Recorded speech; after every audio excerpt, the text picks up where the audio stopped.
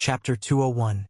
The Azure Dragon, being hacked and flesh dug into, furiously killed and cannibalized people, while various factions of the martial world fought amongst themselves, vying for the dragon meat and dragon essence. The entire graveyard, with the Azure Dragon at its center, was simply one meat grinder after another. With every twist, a good number of people perished. Duan Yun estimated that even if he went, at most he would become one among those meat grinders. If he were to be caught in the chaos caused by other experts, self-preservation would be problematic. How frantic and cruel the martial world could be was fully displayed here. Even young hero Duan, who liked to act for heaven, felt his scalp tingle at this moment. Yuzhu Villa was still some distance from the center of the incident, but dismembered limbs occasionally rained down, painting a bloody and terrifying scene. At this moment, the Azure Dragon, continually assaulted by the relentless surge of martial world people and the ceaseless slashing of experts, could no longer bear it. It roared and flew up into the sky, but as it ascended, countless people could be seen clinging onto it. Even after leaving the ground, this group of martial world people were still crazily hacking and cutting at the Azure Dragon, consuming its flesh and drinking its blood raw. The air was thick with the stench of blood, both from the dragon and from people. Smelling this blood, not to mention Duan Yun's group of 4 and Feng Linger's 2 servants, even Panda Dabai became excited, rushing back and forth in the courtyard, clearly eager to have a share. Xining was the first to awaken, saying, "This dragon blood, I'm afraid, may induce madness in people." The Azure Dragon soared into the sky, swishing its tail, and many martial world people simply couldn't hold on, plummeting straight down. Among them, 3 people fell into Yuzhu Villa. Thump, thump, thump. After the 3 people landed, they were smashed into a pulp, the kind that Dr. Su, the divine doctor, would glance at and know they were beyond help. Yet what was eerie was that despite being smashed to death, the expressions on all 3 martial world people were still one of excitement and frenzy, with not a hint of fear. Seems Xining was correct. This dragon blood could truly drive people mad.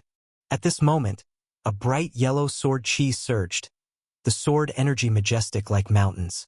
Seeing this yellow, Duan Yun knew it belonged to the same lineage as his golden sword's previous owner.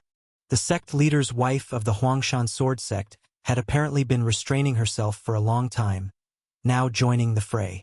The air was filled with successive terrifying sword chi, and shadows of staves. Roar! The Azure Dragon let out a roar, but this roar carried the unmistakable tone of unbearable pain. At this time, its soaring body could no longer endure the strain and plummeted from the sky. What the hell? What the hell? Duan Yun and the Murong brothers both exclaimed in unison. The falling figure of the Azure Dragon was now exceptionally noticeable, as it had gotten quite close to Yuzhu Villa. From here, Duan Yun could even see the whiskers on the dragon's head. Beneath the moonlight, to Duan Yun's eyes, this dragon appeared more like a flood dragon, that kind which had the form of a dragon but had not fully transformed, with some characteristics of a snake still visible. Yet, when this behemoth fell, the sense of pressure was simply overwhelming.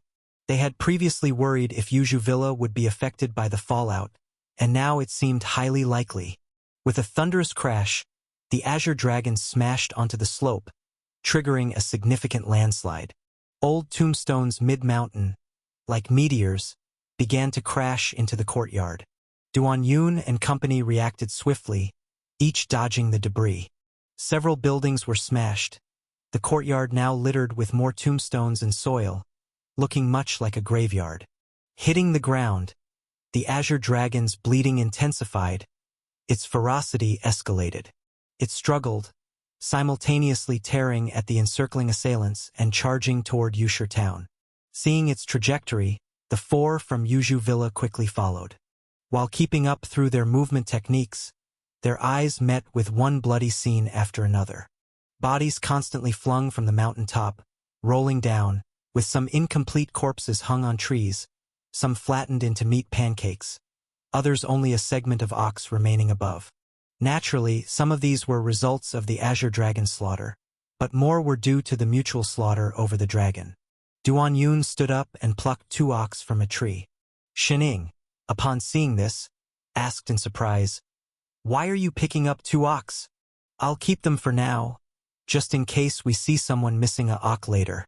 Perhaps they can be treated," Duan Yun seriously said. "I see. Then let me help you." With that, Feng Linger also started collecting severed arms and legs. "You bastard! No decorum!" Shun Ying cursed under her breath, casually picking up a thigh in her hand. Yes, if it had been any other time, Shin Ying wouldn't have been so cooperative with Duan Yun.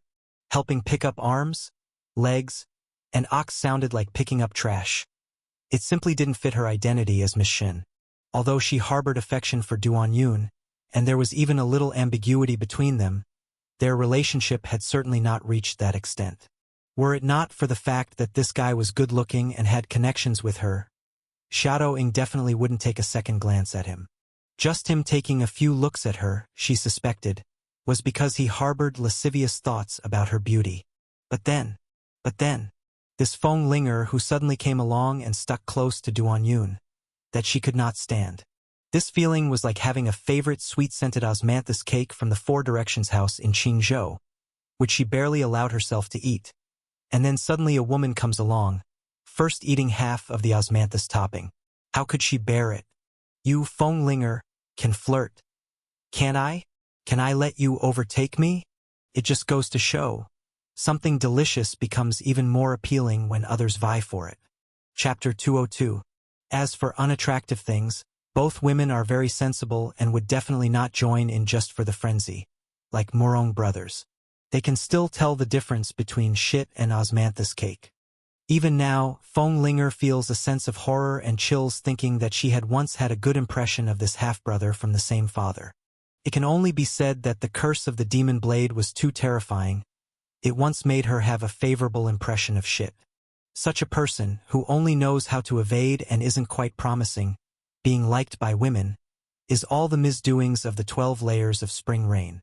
Fortunately, she was completely saved by Dr. Duan. Morong brothers didn't know these things, their hair green as they moved through the wilderness, observing the situation. Roar! An extremely terrifying dragon roar echoed. Even Duan Yun and the others were shaken, their ears hurting. They couldn't help but cover both ears. This horrific dragon's roar was also the lament of the Azure Dragon. When approaching Yusher town, part of its body had been completely chopped off, a group of people recklessly scrambling for it. Its upper half body continued to kill furiously and efficiently, but it was already showing signs of weakening. Just like the Azure Dragon by the Great Ming Lake previously, this Azure Dragon also could not withstand such an assault. Given enough numbers, ants could shake an elephant, let alone here with so many masters and bloodthirsty Jianghu people involved. Duan Yun and the others stood at the hillside outside the town, holding severed arms and legs, with several ox placed by their side. A few terribly frightened Jianghu people had just run down from above. Suddenly seeing 4 figures like that, they were terrified again. Ghost! One woman even urinated and fainted from fright, dragged away by her companions. After the dragon cut into 2 halves, people scrambled for the lower half, and others fought over the upper half. The upper half of the Azure Dragon continued to kill, maintaining enough vitality, proving that the dragon essence was here. And so, after such rounds of slaughter, many top experts remained here. Besides the Tongyu realm masters that showed their Dharma image earlier, some other terrifying figures emerged. For instance, the black-winged bat king Wei Xiaoxiao, who had disappeared for years and liked to devour virgin blood for cultivation, was now circling in the air with wings. Just then, with a series of popping noises, the half-dragon suddenly spouted 6 blood holes, and from them emerged 6 children. These children had deformed dragon horns and wrinkles on their faces deeper than those of elderly people. Seeing the high masters outside, the 6 children let out a dragon roar and fled in all directions. Quick! Chase them! That's dragon essence! Instantly, a group of masters madly chased after these little dragon people. Duan Yun also saw this scene and exclaimed in surprise, "How did the dragon essence turn into children?" Morong brothers said, "Dragon essence has spirit, Turning into human form makes them just as edible. Hearing this, Duan Yun felt a chill run through him. But he quickly came to understand. Since he entered martial world, he had affirmed one thing, that is, this martial world itself consumes people. Suddenly, a miserably piercing scream rang out. A big beard came flying down from above, falling to the ground with only his upper half remaining. Seeing Duan Yun and the others, he startled, but the instinctive pain soon made him roar. My! Only half his ox remained. The rest along with his legs were nowhere to be seen. As a newly appointed doctor, Duan Yun immediately pinpointed the key issue and sent fingertip thunder zipping into the wound, barely stopping the blood while asking, "What pants are you wearing?" The man screamed, not understanding why he was asked this, but instinctively replied, "Green Lantern pants." In the next instant, Duan Yun transformed into a swift gust, rushing up the hillside. Moments later, he rushed down carrying 2 legs, asking, "Are these yours?" The big beard, not expecting to regain his missing half-ocken legs, cried out in pain and joy, "They're mine! Take him to the cellar. The first patient is here." While holding the 2 legs, Duan Yun directed. Big Beard had not recovered from his shock and was rushed towards the town by Murong brothers. Even now, Big Beard was in a dazed state. He only noticed he was being carried by a man with green hair. Running swiftly ahead was another man, holding his legs, making it look as if he was chasing his own legs. Is this a human or ghost? Is this the mortal world or the underworld? Ah? The man only felt darkness before his eyes as he entered a dim environment. Chapter 203, Medical Practitioner's Compassionate Heart. Old Demon Duan's new role-playing game. In the cellar, Big Beard instinctively felt afraid. He was about to speak when suddenly a flash of lightning seemed to strike before his eyes, rendering him stupefied and paralyzed. He didn't completely lose consciousness. It felt like being haunted by a ghost in bed. He could sense that the young man was tampering with something on his body. In martial world, it was common to see people with amputated arms or legs. He had also seen doctors attach limbs to people.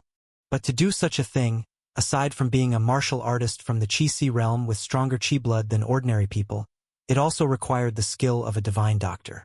Could the handsome man before him be a divine doctor? Yet in this world, without enough gold, you couldn't even consult a divine doctor, and when divine doctors were busy, you had to wait in line.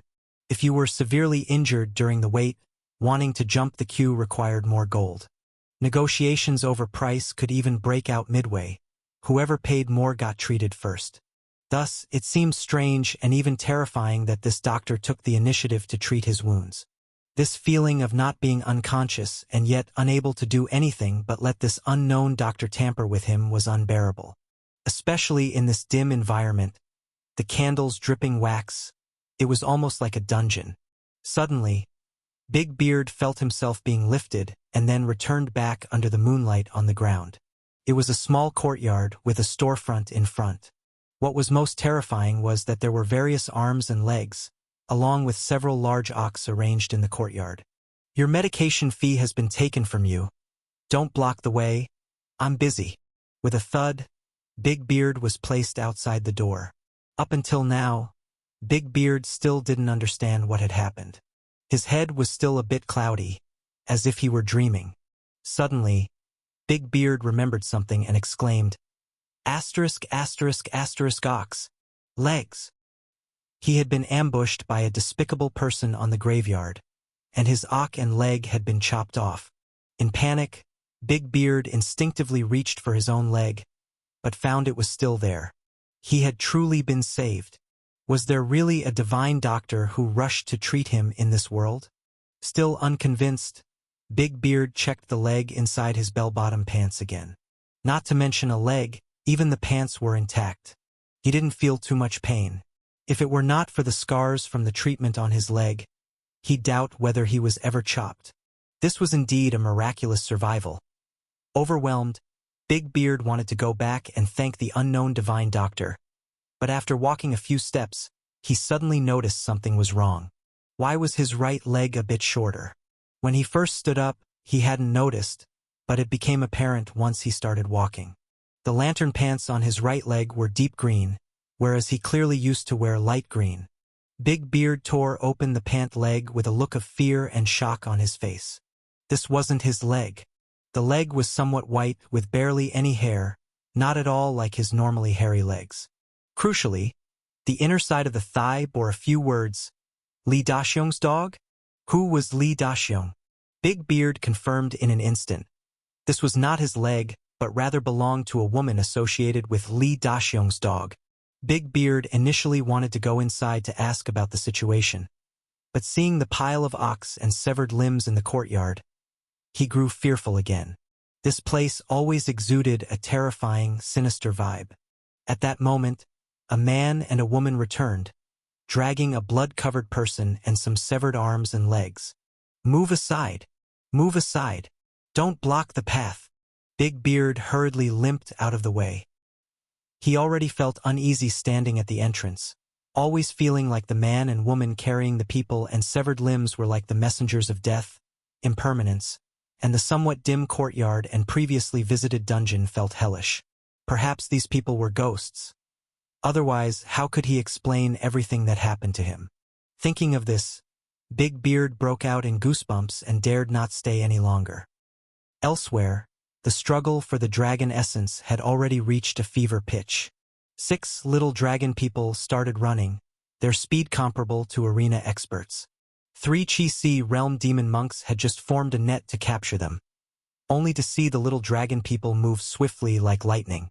With a snap, a demon monk stood there stunned, blood mist surrounding him. He had a big hole in his abdomen through which a little dragon people had burrowed. This lightning-fast tactic and method were indeed terrifying. On one side, the Tongyu realm experts all went after the little dragon people.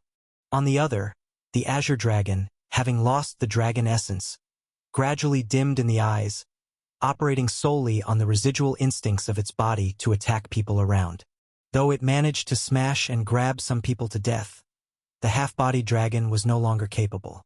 With a tragic dragon chant, the Azure Dragon finally collapsed. The air was thick with the smell of blood as people from martial worlds swarmed in, madly slicing and eating the meat. Those who barely maintained their sanity knew to cut the meat and run, but many more were frenzied. Provoked severely by the dragon blood and dragon meat, they wished they could swallow the dragon whole right there. With a crack, right as a woman shoved a piece of dragon meat into her mouth, a cold knife tip emerged from her chest. For the dragon meat and dragon blood, these people had indeed gone mad. Duan Yun had previously described it as a massacre, with the graveyard appearing like a giant meat grinder spread across several. Now that the experts had gone after the dragon essence, the remaining swathes of martial world people showed their brutality and greed to the fullest. A dwarf in black clothes, like an invisible man, lurked at a woman's stabbed open chest, continuously stuffing dragon meat into his mouth. Chapter 204. The intense stench of blood turned sweet in his mouth, and the dwarf felt himself growing rapidly stronger. But suddenly, he realized he could eat no more, feeling a lump in his throat. With a retching noise, he vomited out the dragon meat he had swallowed, and it seemed to him that there was an eye inside it. In that instant, the dwarf was drenched in cold sweat. Yes, it was only now that he realized, buried deep within this dragon meat, there were several eye-like things. At this moment, among the regurgitated dragon meat, there were a few eye-like things that emerged from the flesh, as if someone was sneakily peeping at him with ill intentions. The dwarf felt nauseated and vomited even more dragon meat. It was as though there were even more eyes secretly watching him. The surroundings had become extremely chaotic, with the slash of swords and the glint of blades. The woman's corpse draped over him had already been hacked numerous times. The dwarf in black came to his senses from his frenzied state, finding the dragon meat both disgusting and terrifying. Amidst the panic, his dreadful desire had completely vanished. With the thought of his wife at home relying on his hard-earned livelihood, he ceases to dare linger and, hunching over, fled. The dwarf in black kept running uphill while below, the slaughter was still exceptionally brutal. However, he had at last escaped the most dangerous zone.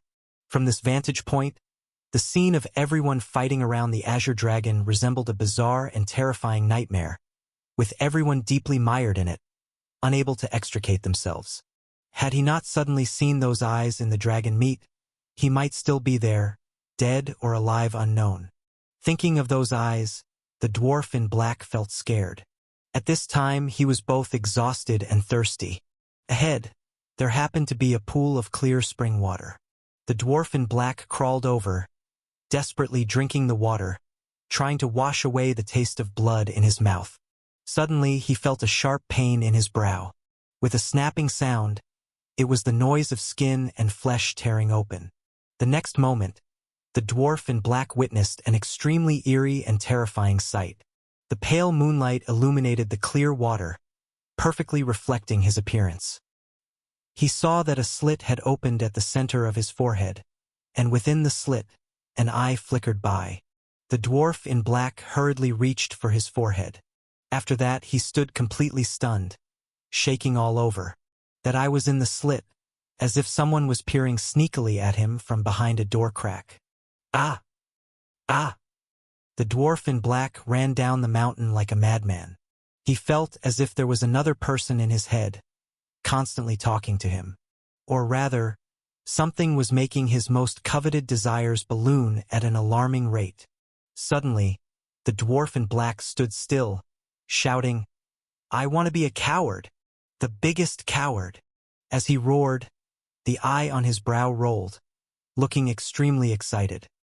These fleeing little dragon people were also top-notch experts in the martial world, and their power was especially primitive and pure, possessing an efficiency in killing that was akin to returning to simplicity. Along the way, some sect underlings tried to stop them and were all disemboweled. Today, the Huangshan sword sect was particularly fortunate, as one of the little dragon people had rushed straight into sect leader's wife Zhao Ling. It ran into her golden sword. The Huangshan golden sword that Duan Yun had previously taken from Chen Ying was only half the size of Zhao Ling's. Having been in the Tongyu realm for many years, this Huangshan golden sword wielded by her naturally exhibited twice the power of Chen Ying's. The sword tip first hovered like clouds, parrying the little dragon person's sharp claws.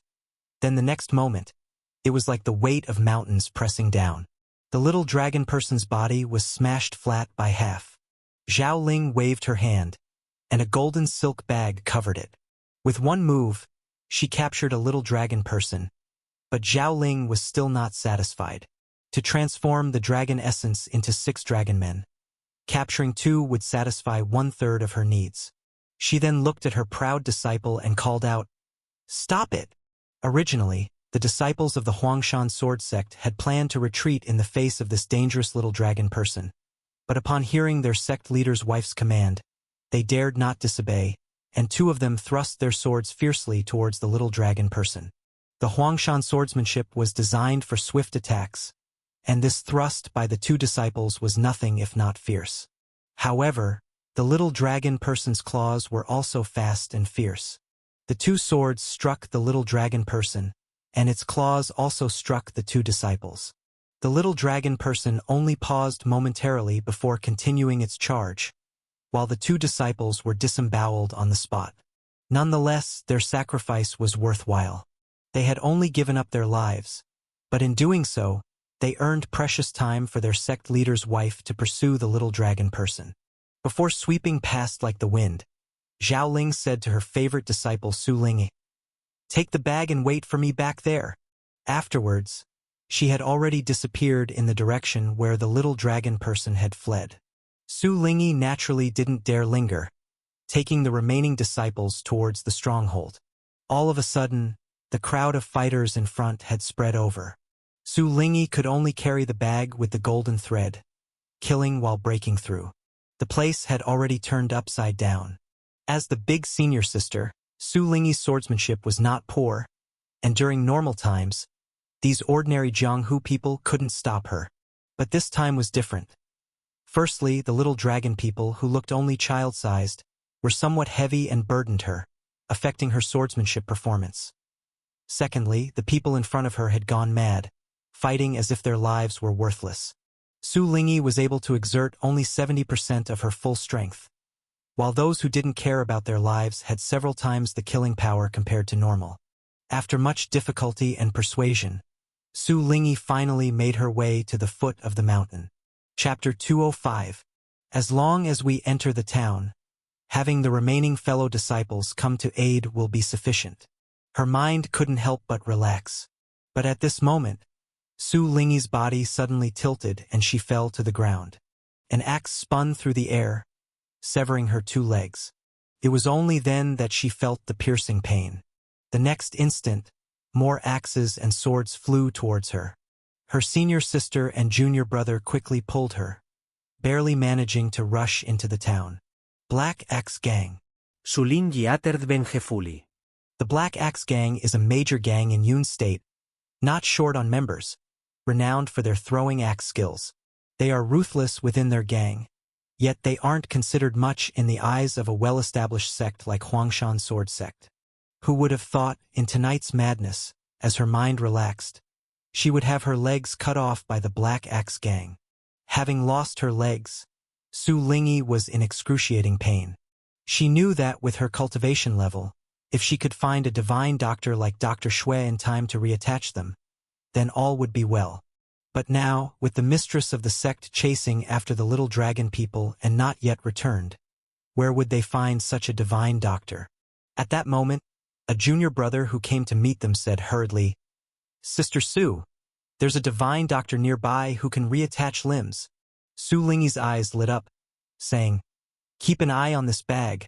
Pick my legs up."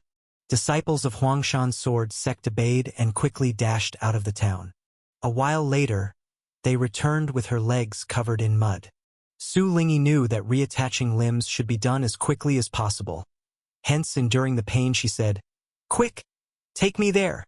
When they arrived at Renshin Medical Hall, Su Lingyi was taken aback. She saw in the yard various limbs and ox laid out, and a human head propped up, resembling the scene of a demon dismembering people. Just then, a person lacking both arms was carried into the courtyard. A woman asked, "Are your arms here?" "That one. That one." The man pointed towards a pair of arms before fainting. Then he was carried into a cellar. Before Su Lingyi and the others could react, another person emerged from the cellar. A man grabbed another person by the arm, swiftly placing him outside the door. Outside the house, a man and a woman suddenly knelt on the ground, saying, "Thank you, divine doctor, for saving our lives. Lady, are your ears and hands all right? I couldn't find the ear, but the hand is healed. Having hands is good. Having hands is good." At this moment, the man who had brought people out turned to her and asked, "Your feet." Her junior brother immediately presented her feet. "Since the feet are here, let's not delay." With that, the man picked her up with one hand and grabbed her legs with the other, rushing towards the cellar.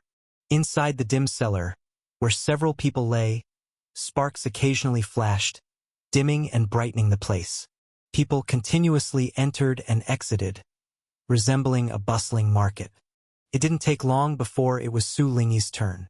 Su Lingyi always felt this place was mysteriously ominous, nothing like a proper medical hall, and instinctively wanted to grip her sword tightly. But she then realized her sword was not by her side.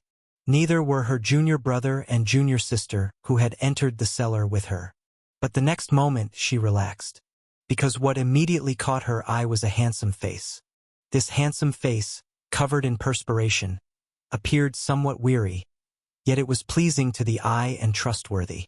If all the doctors in the world looked like this, surely few would resist treatment and medication. At this time, Duan Yun was somewhat numb. Continuous intense treatments had drained his considerable physical strength. Now he functioned like a robot, indifferent to whether the expressions directed at him were trusting, resistant, or lecherous. He simply raised his hand and a jolt of electric charge instantly struck the other person's forehead. Su Lingyi collapsed. Like Big Beard, she was unable to move as if pressed down by a ghost, only able to feel this handsome doctor busily working over her. This was a novel and eerie experience, Su Lingyi hadn't grasped the taste of it yet when she was abruptly lifted up. With a thud, her feet touched the ground, and she was already outside the medical hall. Standing outside the medical hall with her were 5 other people. All 5 had a somewhat unfocused look in their eyes, due to the residual electric forces still dissipating. At this moment, a man and a woman were the first to recover. Upon seeing that they were both intact, except for 2 new scars, they couldn't help but be overjoyed. They kowtowed several times inside the medical hall and then left. Believing that having survived a great disaster, they must be blessed. They even wanted to try their luck at the graveyard, speculating they might find something like dragon meat. Su Lingyi and 2 others woke up later. Among them was a man who, upon waking up, touched his ox and joyfully exclaimed, "I'm okay. I'm actually okay." He remembered having been cut in half at the waist, his lower body flung out of sight, and his upper body hanging on a wall, thinking he could only wait for death. Suddenly, a man picked him up and carried him away. Upon reaching a cellar, someone actually treated his wounds. Not only did they treat his wounds, but they also managed to reattach his body. Can you believe it? Although his waist still hurt, it no longer felt split apart. What kind of divine doctor was this? Suddenly, the man felt something was amiss. He opened his trousers and his face turned pale as paper. This wasn't his body. The lower half was a woman's, even missing the bird.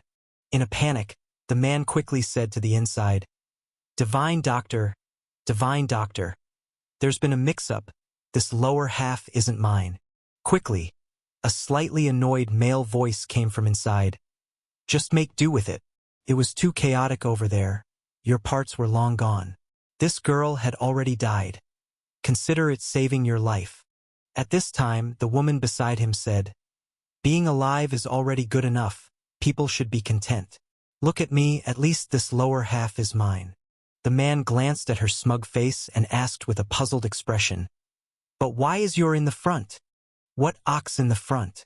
There's a mole on top of it. This is definitely mine." Still feeling slightly numb, the woman took a while to realize. Then she suddenly screamed, "Dr. Wine, it's reversed. My ox are in front." Then the male voice inside spoke again. "Consulted Dr. Susian already. Reversing it now isn't possible. You can only attach like this once a year. Either cut it open and reattach after a year or seek someone more skilled." Both the man and the woman started wailing. The man howled, "My brother, my legs are gone. Even if they aren't mine, even a man's would do." The woman cried, my ox turned out like this. How am I supposed to go to the brothel to sell myself and practice skills?" Suddenly, the man stopped crying and quickly stepped back. Upon seeing this, the woman asked, "Why did you stop making a fuss?" Green blade demon." Just as the woman was about to confront the man again, she suddenly noticed his hair subtly turning green. Su Lingyi also woke up and trembled. "Did you guys feel something off about the doctor who treated us?" "What's off? Isn't he just handsome? Looking quite like a doctor." "Old demon Duan." The man reacted swiftly. "Run!" Without any hesitation, the man, with no hesitation, twisted his new ox and darted out with extreme speed. The woman couldn't stay either. One green blade demon was scary enough, let alone one below even more fierce. Ox reversed is reversed. After all, it's not unusable. Thinking thus, the woman, with her ox backwards, rolling and crawling, ran away.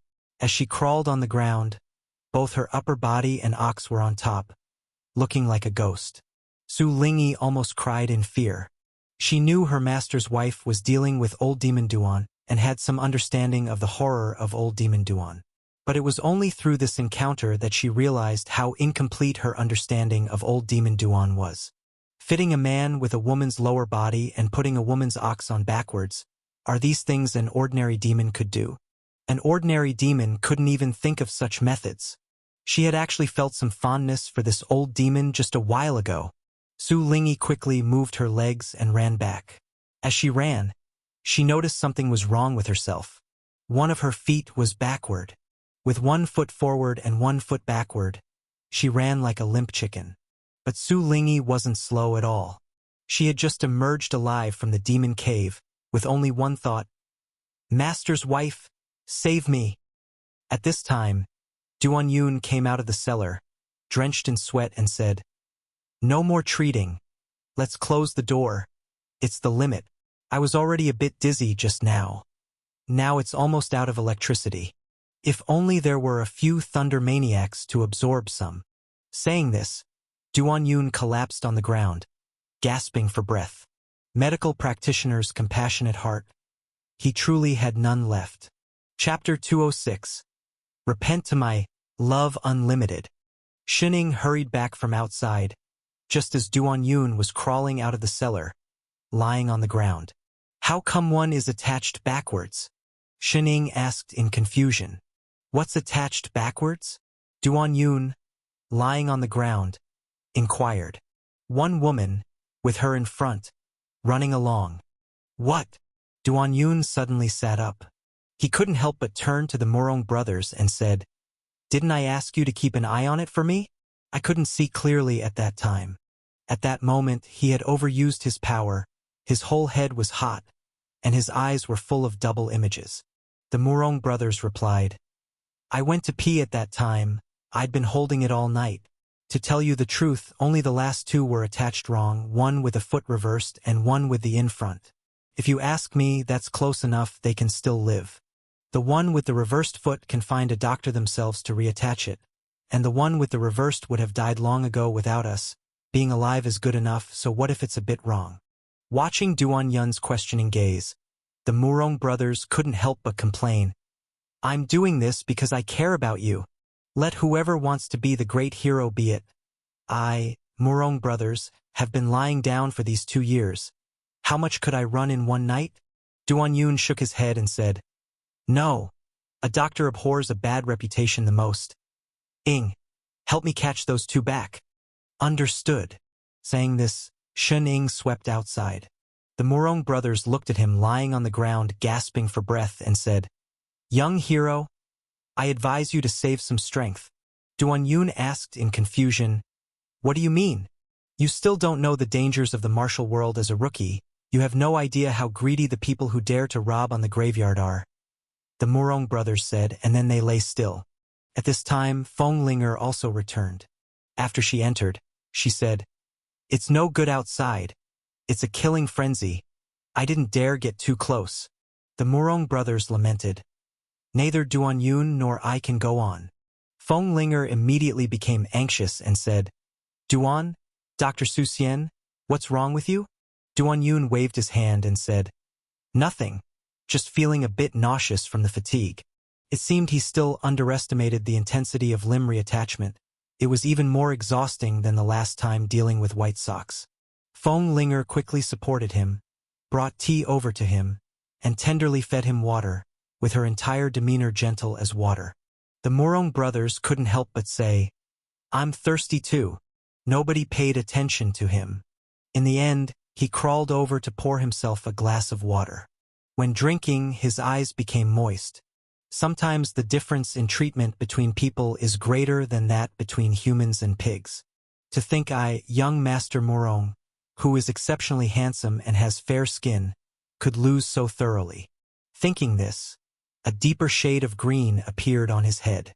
At this time, Shining came back, carrying one person with one hand. Duan Yun rubbed his eyes and took a look, and was startled. It really was attached backwards.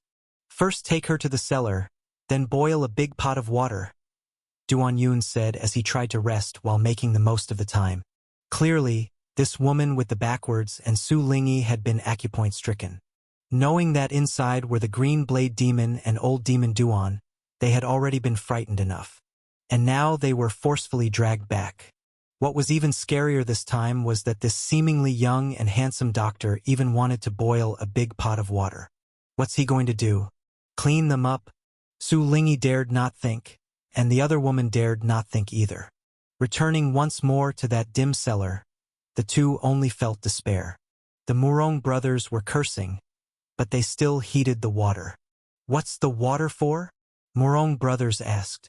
"They need to be cut open again, scrub off the flesh treated with electricity, remove the dirty blood, in order to reactivate their chi blood vitality. Duan-Yun continued as he lay on the ground. Tonight's experience made him have to marvel at the miraculous nature of a martial artist's body. Many who were nearly cut in half would have long since died in his previous life. This time, in fact, there were quite a few martial artists who died during the rescue process, while those who had managed to wait for his treatment had very vigorous chi blood, many with a high level of chi si realm.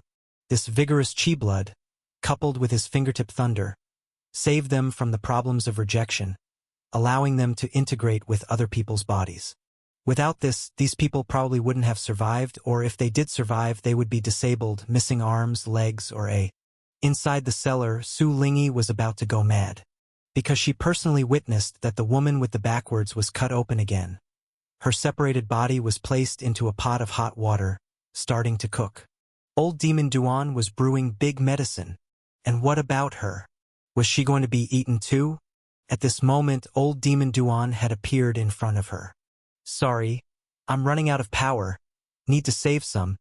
You'll have to endure a little pain this time. Duan-Yun spoke gently, soothing Su Lingyi briefly before the realization that this was Old Demon Duan once again filled her with tremendous fear. In the next moment, a gentle blade flashed by, as quick as a white steed flitting past. Su Lingyi didn't feel the pain before her leg had already fallen into the hot water. Done for, the old demon liked her feet. He was starting with her feet. Truly weird and perverse. Su Lingyi covered in goosebumps all over, as her acupoints were struck. In the next moment, she watched her leg being lifted out. Su Lingyi hadn't reacted yet, only felt a flash of electricity light up. A burnt smell filled the surroundings. After that, she was let out. This time, there's no problem. A woman spoke coolly, then went into the cellar. There was a man and a woman in the courtyard, both resting with their eyes closed, ignoring him. She looked at the man, almost certain he was Green Saber Demon now. She looked around, confirming that no one was stopping her, before she quietly slipped away. Chapter 207. Stepping out from the medical hall, Su Lingyi felt as if she had been reborn in another world. She was still alive, not devoured, and her inverted feet had returned to normal. Everything seemed like a dream. Or to put it another way, she had too many dreams tonight, making everything feel unreal. Old Demon Duan didn't covet her feet, didn't torture her, didn't kill her, he just healed her and let her go? Wasn't Old Demon supposed to cripple her feet, torment her, and then consume her as big medicine? Is this still Old Demon Duan? But she had clearly seen the demon blade thin as Cicada's wing, and his handsome face. If not Old Demon Duan, then who was it? For a moment, Su Lingyi was filled with confusion, and her feelings towards Old Demon Duan turned complex. Logically, as a disciple of the Huangshan sword sect, apprentice of the most esteemed mistress, there should be an irreconcilable feud with Old Demon Duan. She had thought countless times about humiliating and tormenting him till he begged, just to make her mistress happy. But did she still want to do so hereafter? She didn't know. She really didn't know. The water in the iron pot was about to boil. Duan-Yun saw it was about time, and fished up the woman's bisected body. This time, he carefully compared and confirmed everything was correct. Then with a flicker of lightning at his fingertips, he reattached the woman's body. His body's power of thunder and lightning was indeed running low. In the future, he would need to seek out more thunder maniacs to replenish his energy. At this moment, the woman had slightly opened her eyes. Her instinctive fear made her want to struggle, but Duan-Yun said, "Don't move yet. The second attachment is not as easy as the first. You need to lie down for a couple more hours. By the way, your gynecological disease is quite severe," Duan-Yun added. The woman replied, "Which sect are you from?" Duan-Yun asked. Zhongling sect. The woman answered truthfully without hiding anything. Hearing this, Duan-Yun nodded, understanding. Troublesome matter. Just keep taking the medicine and you'll be okay. He didn't expect that after reattaching limbs, he could return to his old profession. The female cultivator from the Zhongling sect left. When she left, She could not believe she was walking out, her hands now carrying 2 packs of medicine for gynecological diseases. She thought it might be her wandering soul. She clearly remembered being thrown in the iron pot. To be alive after that? Is this still old Demon Duan? Did old Demon Duan plant something inside her? Any fallback? After all said and done, her Chongling sect had wronged old Demon Duan. How could he be so compassionate? It was now past early morning. The struggle for the Azure Dragon had ended. The grandiose assembly of thousands of Jianghu people now remained none, leaving behind only a ground full of corpses. Yes, those who survived, who grabbed the dragon treasure, had already fled, discreetly hiding to enjoy their find. But many more had died. For a moment, the graveyard was red, and of the Azure Dragon, only a section of thorny dragon bone remained ungathered. In short, it was all divided. Only now, residents of Yusher town who had fled in terror the previous night dared to slowly return home. The whole town appeared desolate. Duan Yun, covering his nose, still felt his scalp tingle looking at this blood-drenched wilderness. This martial world is too cruel. He struggled to save the lives of martial world people, fearing that those who died amount to less than 1/10. This is indeed his limit. Previously, the Thunder True Chi transported from the Madman Lei had been completely depleted. You ask if he regrets it? He does not regret, for a medical practitioner's compassionate heart is just so. Besides, as the transporter of Thunder True Chi, with the Madman Lei no longer killing here, could he not seek them out? The next morning, the door of Renshin Medical Hall, already closed, was knocked upon. The moment the door opened, Duan Yun's eyebrows slightly lifted. A man with a blue robe and blue beard saluted with his hands and said, "I am Bluebeard. My friends jokingly call me the Lanshan Escort. May I ask for the Divine Doctor's esteemed name?" Even though Duan Yun is a novice in the martial world, he could tell this was a person of importance. He spoke politely, yet he carried a similar dominating aura to the mother of Feng Linger, the purple-dressed dragon queen. Duan Yun saluted with his hands. "Su Xian, please come in. This is a junior brother of mine, who was rescued here the day before yesterday," said Bluebeard. At that moment, a young man approached, holding a parcel. "Dr. Su, the other night you helped to attach a lower half of a body for me, enabling me to survive. I am utterly grateful. However, this lower half is from a woman, and I have several wives at home still needing care, so I hope Dr. Su can help." Duan Yun looked at him and gradually remembered this person, saying, "At that time that female hero was dead. Only her lower half could be used. I asked if you were willing to accept it. I was willing to accept it then because I wanted to survive, but without that thing it just wouldn't work." Speaking, the young man pulled open the parcel, revealing a bloody lower half of a man's body. "Is this yours?" Duan Yun asked. "Dr. Su jests, I couldn't find my own body. This is freshly severed." Seeing Duan Yun's grim expression, the young man hurriedly said, "Rest assured, Divine Dr. Su. We know you are a divine doctor who cannot bear to see people suffer. This lower half I chopped from a nearby firewood man, who just happens to have a relatively larger thing." Duan Yun's face darkened and he said, "Is not the firewood man a person?" The young man was puzzled, replying, "I'm sure he is not one of our people from the martial world."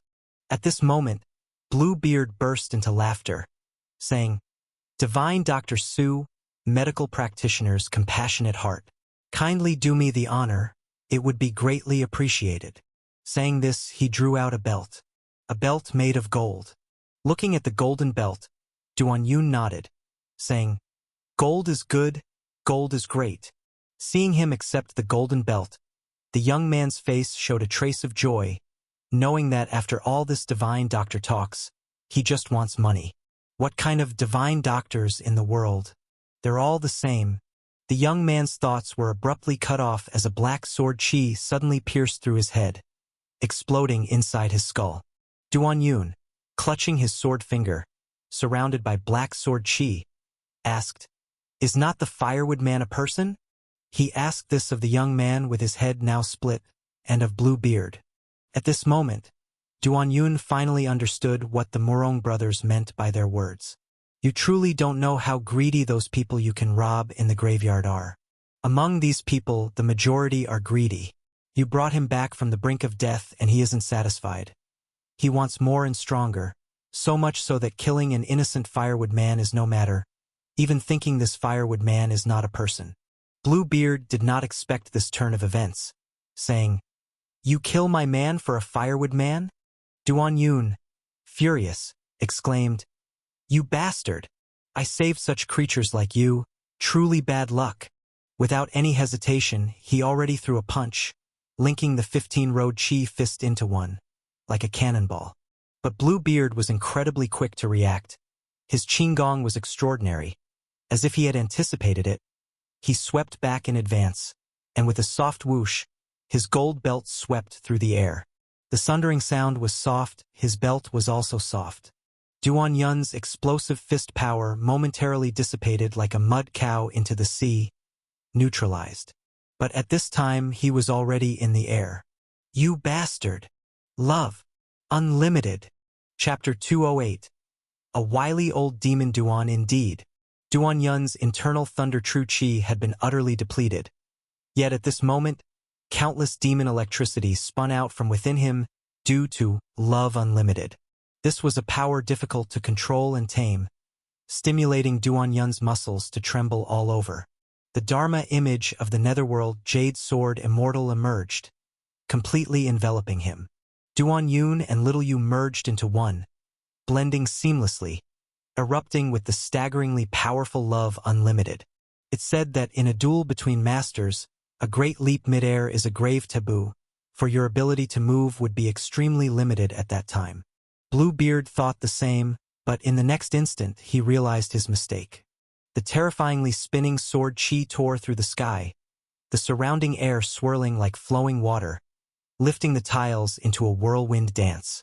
At this instant, to say a sudden thunderstorm broke out and the winds and clouds changed dramatically would not be an exaggeration. Damn it, who would use such a move as their second attack? Madman! Bluebeard's first instinct was to dodge the sharp edge, but Duan Yun's sword momentum had risen, his aura entangled, leaving him nowhere to escape. However, this brief hesitation made Bluebeard even more passive. Between experts, a moment of hesitation and a flash of lightning could decide the key to victory or defeat. Bluebeard had no choice but to grit his teeth and withstand the onslaught. Clang, clang, clang. His gold belt was instantly filled with true chi, turning a blazing red, like a burning branding iron, almost simultaneously, turning red and reflecting the cold metallic gleam along with his body. Bluebeard, as the big Lanshan escort, also dominated his own territory, and just this red gold divine skill could be considered the epitome of hard kung fu.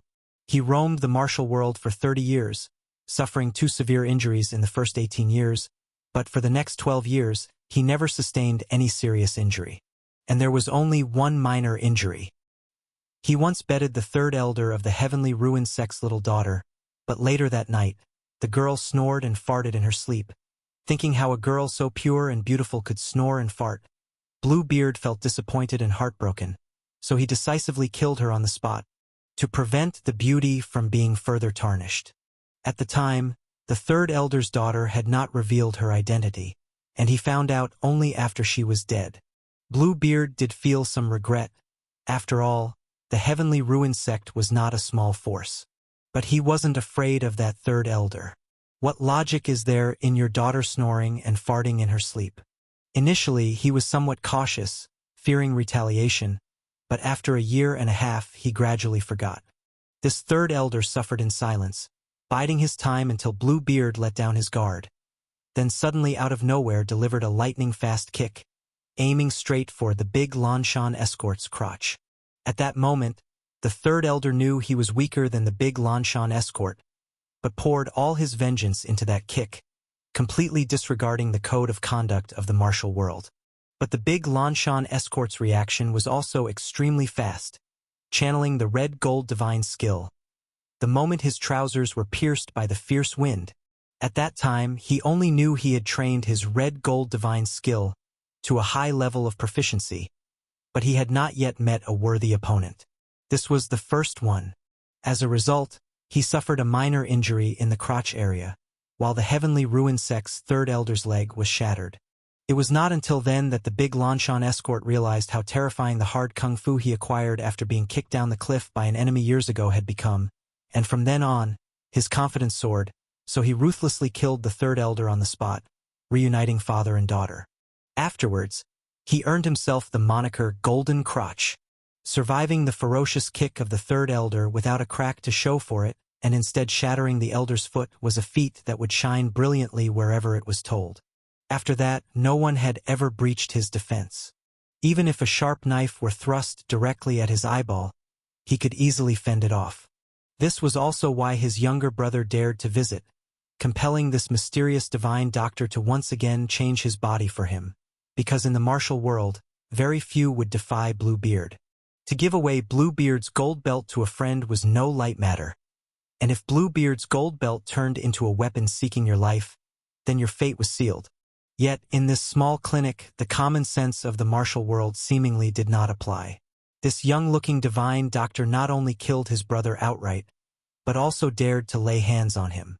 If in normal times someone heard that a doctor was going to take on Bluebeard, it would definitely be considered a joke. Bluebeard himself would find it laughable, the kind that would make him burst out laughing. He could easily block a sneak attack by the heavenly broken foot. What would he fear a doctor for? Yes, even the most combat-skilled doctor of the Jiangzhong sect would not be a match for the impenetrable Bluebeard. But at this moment, Bluebeard couldn't quite manage to laugh. The spinning blade storms had not yet fallen, yet the fierce winds already made him feel suffocated. His red-gold divine skill had been put entirely on the defensive. This surprisingly terrifying move caught him off guard, but he will hold his ground, unbreakable. Unbroken means undefeated. In the blink of an eye, the fearsome blade hurricane descended. Hiss, hiss, hiss. The collision of the blade and the crimson gold belt caused numerous brilliant sparks, forming a continuous flare. The ground where Big Beard stood exploded abruptly, cracks spreading like spider webs from the ground up to the walls. Bluebeard couldn't remember how many slashes he had taken. He could only hear the blades striking his body, thundering continuously in his ears. His luxurious blue robe was already reduced to tatters. The crimson gold belt in his hand had turned into fragments, like flowing fire, while his entire body felt as though it had plunged into scorching hot magma, bursting into countless sparks. Don't even mention his pride. The Bluebeard, every single hair on his body had been scorched clean. The body of the demon blade gentle knife had turned a crimson red, a sign of the intense heat generated by a high-strength impact. Break! The pitch-black blade of Little Yu's Dharma image swept forward, and with that sweep, Duan Yun's gentle knife followed. In that instant, the bond between Duan Yun and Little Yu grew even tighter, more profound. If before Duan Yun felt like he was operating a mecha when enveloped by Little Yu, now, even their souls were in perfect harmony. This smooth and transcendent intertwining of hearts surpassed even that of a physical soulmate. The ferocious sword chi winds converged, completely different from the 9 layers of gentle spring rain, creating a semicircular fan shape filled with demon electricity dancing within. Like a crescent moon, that fan shape. With a loud bang, the explosion resounded. As the fan-shaped sword chi passed, Bluebeard's red-gold body shattered, scattering fragments and creating a vast gash across his upper body, mingled with spurting blood. His impermeable golden body was broken. Bluebeard gritted his teeth, still standing despite the pain. He knew that such a devastating sword prowess was a massive burden for the swordsman and could only be executed once for certain. Although his defense was breached and he was injured seriously so, his true chi was not yet. Rotate. Love unlimited. I command you to keep rotating. In that moment, Bluebeard's face was full of shock and fear, because he could tell that this was not just a random shout. The frightfully devastating slice that he thought could only be made once, the one that broke through his impermeable golden body, appeared again, without a moment's breath. As the terrifying sword chi from the first slash still lingered in the air, burning his skin. Another came at him. Wait! The words never left his lips, as his whole body was swept up by the swirling sword chi winds and flung into the sky. Hot as molten lava, the blood from the wound seemed to try sealing the gash, attempting to reform with his red-gold body. But to no avail, the violent blade edge continued to rip through his wound, his only reaction to instinctively continue resisting. All he could see were the gray currents floating in the sky. Indeed, even the wind had been shredded to tatters. Suddenly, Bluebeard felt himself rapidly sinking. Like thunder, with a thunderous crash, a huge crater formed in the ground, shaking the entire Yusher town. The crater brimmed with swirling knife scars, sword chi soaring to the heavens. Two birds in flight above were instantly reduced to fragments. Bluebeard lay at the bottom of the pit. Although his body remained crimson red with metallic sheen, it was now severed in two. Only then did he realize he was outside the town. The spinning sword chi winds had carried him out of the town. Could this fellow, even at such a time, still be considering the lives of those townspeople? Bluebeard, who had roamed the martial world for decades, had never seen anyone so fearsome nor anyone so peculiar. He had the air of those ancient heroes, from those idle books nobody would touch. Could this still be a human? He wanted to ask this question, but before he could, his half-body was lifted. Spare me. I'll give you everything. My 308 golden belts, my 12 wives. Suddenly, his voice cut short as he saw the terrifying gaze in Duan Yun's eyes. The owner of those eyes would decide the life or death of this famous, impermeable bodyguard. Is Firewood Man a human? Asked Duan Yun. Yes, a human. Bluebeard knew what the other party wanted to hear and answered earnestly. You answered well. A glimmer of relief appeared in Bluebeard's eyes. Too bad. It's too late. The next moment, his relief along with his head became a blur. His true chi was being furiously drained by the other party, blurring his consciousness. Bluebeard, who had roamed the martial world for so many years, had not expected to die over such an incident, to die here. Struggling, he uttered one last sentence. Who exactly are you? He wanted to know who was responsible for his death. Duan Yun, carrying half of his body, walked out of the crater into the wind and answered, Duan Yun. Duan Yun, old demon Duan. What a formidable old demon Duan. Good, good, good. Bluebeard uttered 3 praises in succession, then finally died with eyes wide open in death. Chapter 209. My extraordinary wisdom. I must gradually understand everything. Duan Yun stood on the edge of the pit, drawing true chi from Bluebeard's upper half with his beaming divine skill. It must be said, however, that executing Love Unlimited twice in succession still taxed him significantly. Yet, it also indirectly proved he had grown stronger than before.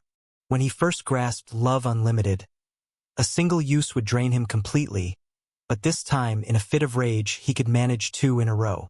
This Bluebeard had been stripped of every single hair by Duan Yun's sword chi, his entire head bald, not even a single eyebrow left, imparting a quite horrific look. Duan Yun had to admit, taking a blow from Love Unlimited, and not falling until the second landed. This fellow was tougher than a turtle shell. Duan Yun was not well versed in the various martial arts of the martial world, but he knew this kind of resilience must be top-notch. Forget resilience, even the true chi of this fellow felt incredibly solid. If drawing true chi from ordinary people was like eating steamed buns, then drawing from Bluebeard felt akin to chewing on tough sugar cane, requiring more time for absorption and digestion. Bluebeard was dead, but the demon electricity generated by Love Unlimited lingered in his body, which Duan Yun could sense as he drew out true chi. Suddenly, Duan Yun's extraordinary wisdom began to churn. What if he used demon electricity to stimulate the deceased's brain? Electricity was already a fascinating entity, let alone this demon electricity. Duan Yun decided to give it a try. His true chi gyrated within, carrying the demon electricity inside Bluebeard along with it. For a moment, the tiny currents of demon electricity swarmed like lively tadpoles, crazily burrowing into Bluebeard's brain. At the same time, the demon electricity remaining in Duanyun's body also became active. The next instant, the death-glaring Bluebeard suddenly opened his mouth, exclaiming, "I want to be a hero!" This shout startled even Duanyun, who flung the body of Bluebeard out of his hands. Alive? Throughout his journey, Duanyun had indeed walked the path of acting for heaven and had killed many, clearly distinguishing between the dead and the living. But why had this man, undoubtedly dead just moments before, suddenly started speaking? At this time, upon closer inspection, he realized the man had once again died with eyes wide open. Could it be that this demon electricity could resurrect the dead? Duanyun picked up Bluebeard's upper half again, placing his hand on the head, and began to rapidly channel true chi.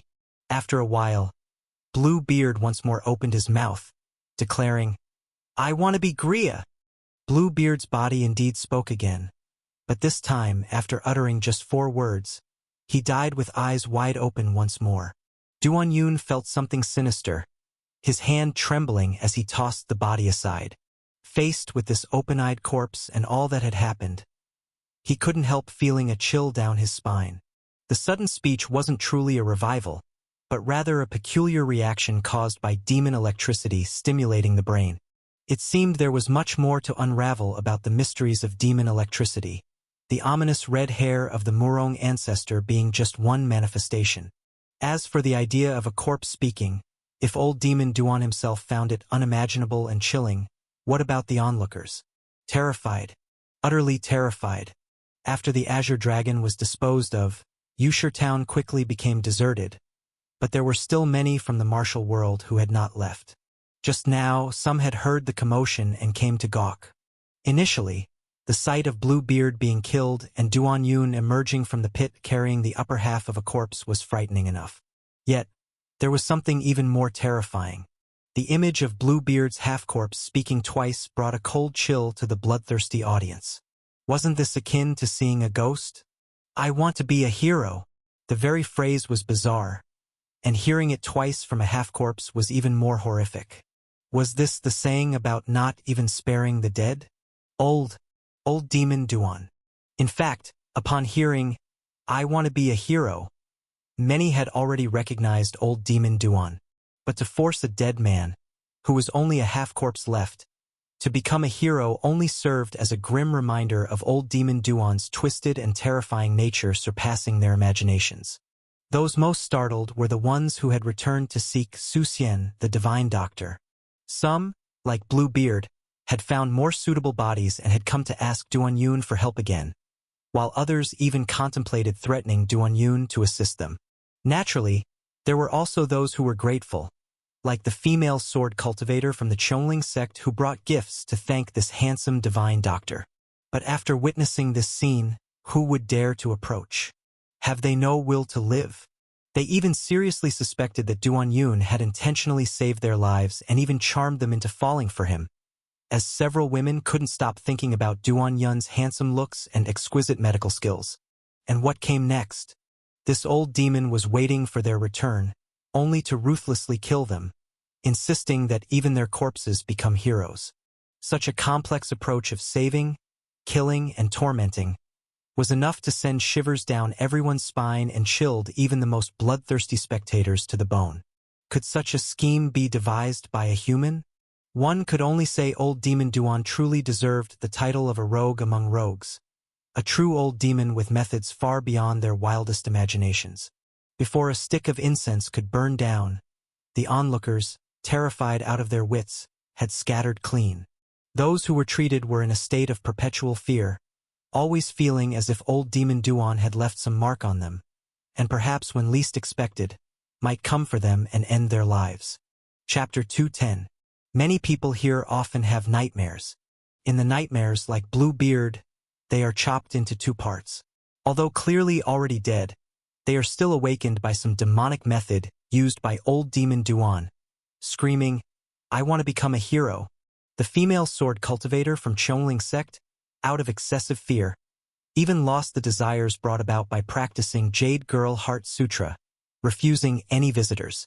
Moreover, She keeps taking her medicine on time. Even her gynecological diseases have healed. It's uncertain whether this is a blessing or a curse. The impact of the Azure Dragon incident is undoubtedly profound. For those in the martial world who were there that night, death was a complete disaster, while surviving and grabbing the treasures was considered a stroke of luck. Unfortunately, winners were few. Originally, among those gathered around the graveyard, barely 1 in 10 survived. Many more were not killed by the Azure Dragon, but perished due to frenzied mutual hacking and surrounding slaughters. The bloodstains on the graveyard covered half the hillside red. The smell of blood lingered for a long time, truly resembling a river of blood. The last segment of the Azure Dragon's bones disappeared a day later. This matter also had a significant impact on Duan Yun. The incident with Bluebeard showed him that, despite his medical practitioner's compassionate heart, he should not casually save people. He decided that in the future, even when saving someone, he must strike a few chilling shocks on the person first, connect with their mind, ensuring they are not utterly wicked people before saving them. Of course, a greater impact was still brewing. Both dragon essence and dragon meat have been obtained by various factions. It's unknown if some strange transformations, like the previous Dragonclaw sect, might occur. In any case, many lives were lost in the martial world because of this dragon, and something seems to be subtly changing, as if storm clouds are gathering. Duan Yun did not care about these. This time he only played the role of a doctor, not partaking in the Azure Dragon competition. One could say he stayed out of the fray. It shouldn't have much to do with him. However, the matter of practicing medicine and talking with Bluebeard's corpse elicited his strong interest in lightning. Whether it's the Thunder True Chi, capable of attaching limbs, stolen from thunder listening, or the demon electricity produced by using 12 layers of spring rain and love unlimited, it's all worth his extraordinary wisdom to explore. With the Thunder True Chi nearly depleted, he decided to choose a good day and gather more from thunder listening. No, merely being a carrier of lightning was no longer satisfying for him. He felt that in the process of searching for thunder listening, he should attempt to unearth the huge secrets of the Thunder God and Mother sect. Possessing extraordinary wisdom, he should try to explore more, understand more. Because this world is more absurd and mysterious than he imagined, he needs to know more, become stronger. Who could have expected an actual dragon could appear at the graveyard, and those dragon essences would take the form of bizarre children? Yes, continuing as a young hero, upholding justice, eliminating murderous thunder listening, carrying their Thunder True Chi, and obtaining their secrets have been put on his agenda. All these people of Thunder God and Mother sect are abnormal. If possible, he should not only acquire their true chi and secrets, but also exterminate their sect. The methods obtained from thunder listening are quite bizarre and extraordinary, and should be mastered by a true-hearted young hero like him, rather than these evil cultivators of Thunder God and Mother sect. Thinking of this, Duan Yun's gaze becomes increasingly determined. Zhao Qingsan carefully washed his wife's feet with a basin of water, wiped them dry, then went out to dump the water.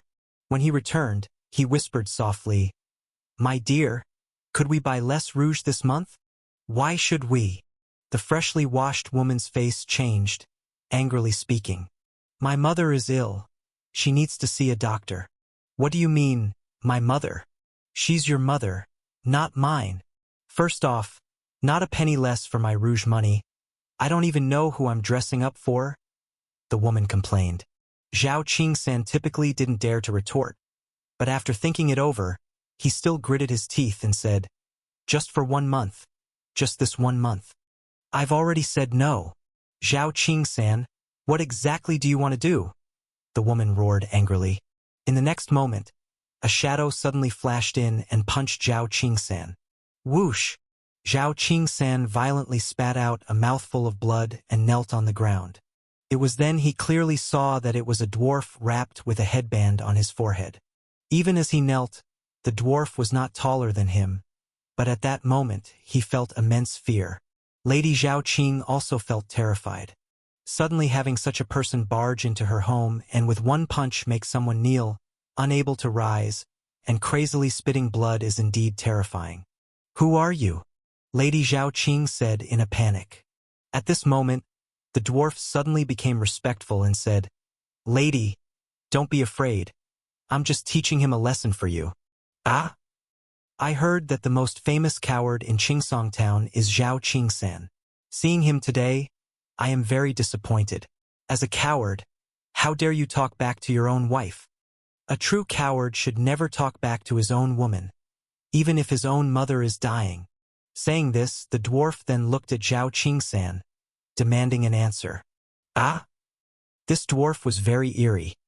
Zhao Qingsan always felt that there was something terrifying hidden under his headscarf. As he spat out blood, he thought of his sick mother and suddenly cried out, "What did I do wrong to deserve being a coward? Last month, a madman who wanted to be a hero and kill all the world's cowards tried to kill me. Luckily, he started fighting with 2 other cowards from the martial world, and I was saved. This month, my talking back was wrong. But this is a matter within my own home. Why did you also have to hit me? Because as a fellow coward, you embarrass me, you're not doing a good job." Saying this, the dwarf punched him again. Zhao Qingsan fell to the ground, feeling like he only had half his life left. "I'm giving you this one chance. If you don't behave better, if you don't be a good coward, next time I will take your life." At this moment, the dwarf suddenly remembered something and asked, "Did that bastard who wanted to kill all the world's cowards die?" "I don't know. It said he fell off a cliff along with 2 other cowardly heroes." Zhao Qingsan said with a sob. "What's his background, do you know?" the dwarf asked. "I asked around later. They said his name is Li Kuan. He was also a coward. But one day he killed his gambling-addicted wife in a sudden rage, then went mad, declaring he wanted to be a hero, to kill all the world's cowards." "What? A coward killed his wife? Absolutely monstrous. Monstrous. If he isn't dead, I must kill him. Beat him to death harshly." The dwarf was jumping in anger, looking as if he wished to jump off the cliff himself to find Li Kuan. "Is there any other story?" the dwarf in black asked. Some say it was old Demon Duan who influenced him to become like that," Zhao Qingsan said tremblingly. "Old Demon Duan. Old Demon Duan." As someone from the martial world, hearing this name instinctively filled the black-clad dwarf with fear. But at that moment, Zhao Qingsan noticed something moving under his headscarf. The black dwarf's gaze became even more determined, and he said, "Old Demon Duan. Damn old Demon Duan. After I kill Li Kuan, I must take your ungrateful dog's life and exalt my reputation as a coward. Then we'll see if anyone else dares not to be a good coward in this world." Saying this, his figure flickered and disappeared from the room. Inside, a single lamp like a bean. If it weren't for the pool of bright blood on the floor, Zhao Qingsan and his wife might even believe that everything that had just happened was an illusion. The crazies in the martial world are getting more and more numerous. Being killed for being a coward, beaten for not being a good coward. Should he even continue being a coward? Zhao Qingsan looked at his wife, whom he had married with great difficulty and dressed so beautifully, and resolutely decided to continue being a coward. He just couldn't believe it. In this world, could being a coward really be untenable? At this moment, Lady Zhao Qing finally snapped out of her panic. She sat there haughtily and said, "See, this is the consequence of going against me. What the hell kind of consequence is that?" Bang! Suddenly, a hand reached through the window, grabbed Lady Zhao Qing's hair, and lifted her up. "Ah!" Amidst the woman's screams, Zhao Qingsan looked at the face outside the window. The face contorted and deformed. Li Kuan. Chapter 211. Let old Demon Duan become nourishment for my Xian Di. There is no trade without killing. Without cowards in this world, there would be fewer turtle women. This is a matter of mutual complement. Unfortunately, in this world, whether within or beyond the martial world, there is never a shortage of such characters. Zhao Qingsan is a well-known coward in town, and he willingly settled into this role. He even takes pride in it, believing others are just jealous of him for marrying such a beautiful woman. Some people only dream of being cowards. He feels that having managed to marry such a woman, it would be blasphemous not to treat her well. Zhao Qingsan's wife naturally had him completely under her control a long time ago. Since her husband is such a coward and dares not contradict her, she naturally does not see him as a normal person. What does his mother's illness have to do with her? The sudden appearance of a black-clothed dwarf striking people truly frightened her. But she quickly caught on. The coward was beaten because his behavior wasn't sufficiently submissive. She had been too lenient with him. Watching her husband lying on the ground spitting blood, the woman was not scared but rather became even more imposing. These days, failing to be a good coward merits a lesson. She had support for her dominance. What a golden era for women. See, this is the consequence of defying me. Zhao Qingsan's lady was in a wonderful mood, basking in the feeling. But her good spirits were short-lived, disrupted abruptly. A large hand clutched her hair, almost tearing her scalp off. Instinctively, she wanted to lash out, but she immediately didn't dare move, feeling that any resistance could mean losing not just hair, but her scalp. Watching his wife being yanked by the hair and looking at that resolute male face, Zhao Qingsan's face went pale. "No, don't. Let me go." Zhao Qingsan and his wife both pleaded with Li Kuan for mercy. Li Kuan was famously the madman who had vowed to kill all cowards across the land. Zhao Qingsan clearly remembered that this madman had supposedly leapt off a cliff along with 2 cowardly men, only to survive. Was he human or ghost? At that moment, with half of Li Kuan looming in from the window, he indeed looked like a devil returned from hell. Death does not grant release? What kind of deep hatred was this? Is being a coward such an unforgivable crime? At this moment, Li Kuan walked in from outside. It was clear that he bore several visible wounds, with faint traces of blood still evident. Grabbing the woman's hair with one hand, he said to Zhao Qingsan, "You have a choice? Kill her or let me kill you?" Instinctively, the woman wanted to say, "Kill him," but her husband cried out with tears first, "Kill me! Definitely kill me! Spare her! I am willing to trade my life for hers, please." Zhao Qingsan felt more agony watching his wife being yanked by her hair than his own death. Suddenly, Li Kuan revealed a cruel smile and said, "Wrong answer." The moment he spoke, 3 punches struck out. 3 solid punches landed on the woman's face. Her nose shattered, cheeks caved in, teeth scattered. Her whole face burst into a display of reds, blacks, and purples. The woman's body smashed heavily onto the ground, unconscious or perhaps dead. Lying there, her eyes were filled with disbelief and resentment. When rumors of Li Kuan had first surfaced, the woman had briefly panicked. But only briefly. After all, she thought, if someone was going to kill all the cowardly men worldwide, what did it have to do with her?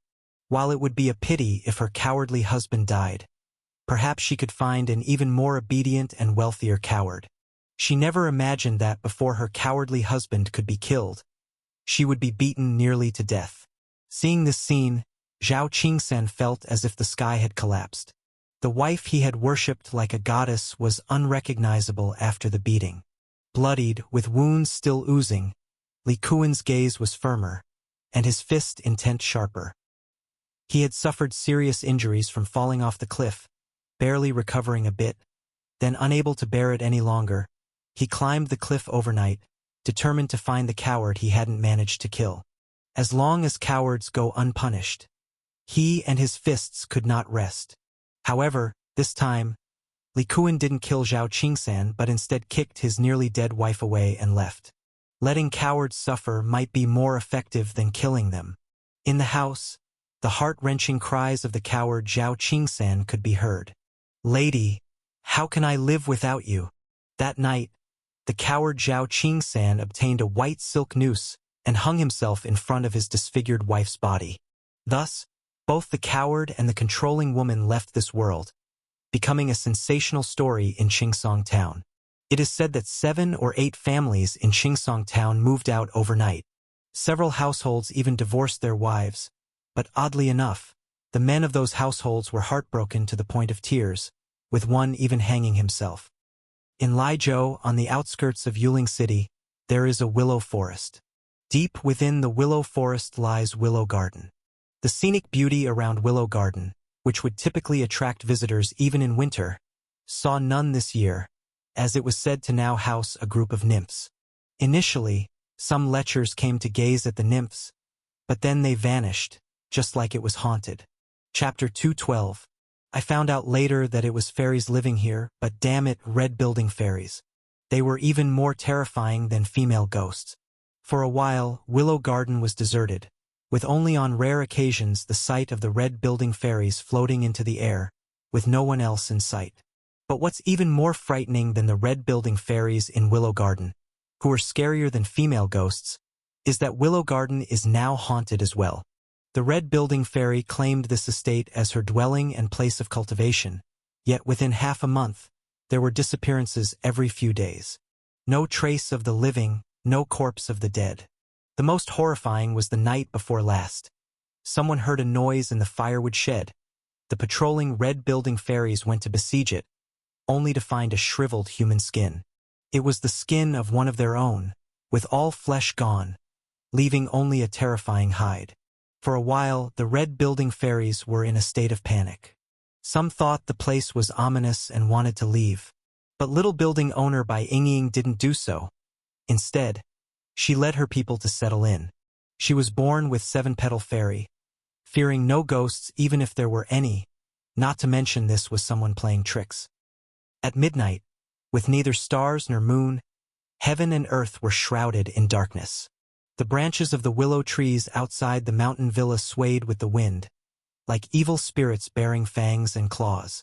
Lanterns were scattered about the villa, accompanying the misty, frosty air, which should have exuded an air of immortality, but the recent skinning events filled the fairies with an eerie sensation. The red-building fairies were so eager to return to heavenly court because they deemed themselves unfit for mortal life, and believed mortals unworthy of them. Of course, they were more afraid of going to hell. If there's any pleasure in going through mortal tribulations, it would only be deceit. A boom, a winter thunder struck, startling. Liuzhou is called Liuzhou because it has thunder year-round, unlike other places. After the thunder, Willow Garden was silent once again. After all, the red-building fairies walk without a sound, constantly flying about. Especially under the Little Building owner's command, the night had to be absolutely silent. The unique movement technique of the red building was cultivated precisely through this daily and nightly practice. All of a sudden, a silhouette resembling Crimson Dawn fluttered and stopped near the row of chambers on the west side of Willow Garden. The patrolling red building fairy floated over, because that crimson silhouette was none other than Little Building owner Bai Yingying. Bai Yingying wore a red dress with a bare midriff. Below her navel was the lotus-shaped seven-petal fairy, which, along with her figure, exuded an aura of enchantment laced with a seductive charm. At that point, the patrolling red-building fairy just heard a faint noise. It was like a person moaning in pain, except the voice seemed muffled, very faint. Bai Yingying proceeded silently towards the direction of the sound. Worthy of the Little Building owner born with seven-petal fairy, she noticed even this slight disturbance. The remaining red building fairies dared not move, as the Little Building owner had signaled them not to approach. Could this noise be from that invisible murdering ghost? For a moment, the red building fairies were all on edge. Especially now, the Little Building owner had stopped in her tracks. A boom, winter thunder struck, lighting up the courtyard. In an instant, two silhouettes were reflected in a room of the western chambers. Their heads joined together, standing there. The one below was obviously struggling but unable to break free, as if being continuously devoured. A ghost. The scene suddenly appeared gloomy and eerie. Bai Yingying did not hesitate.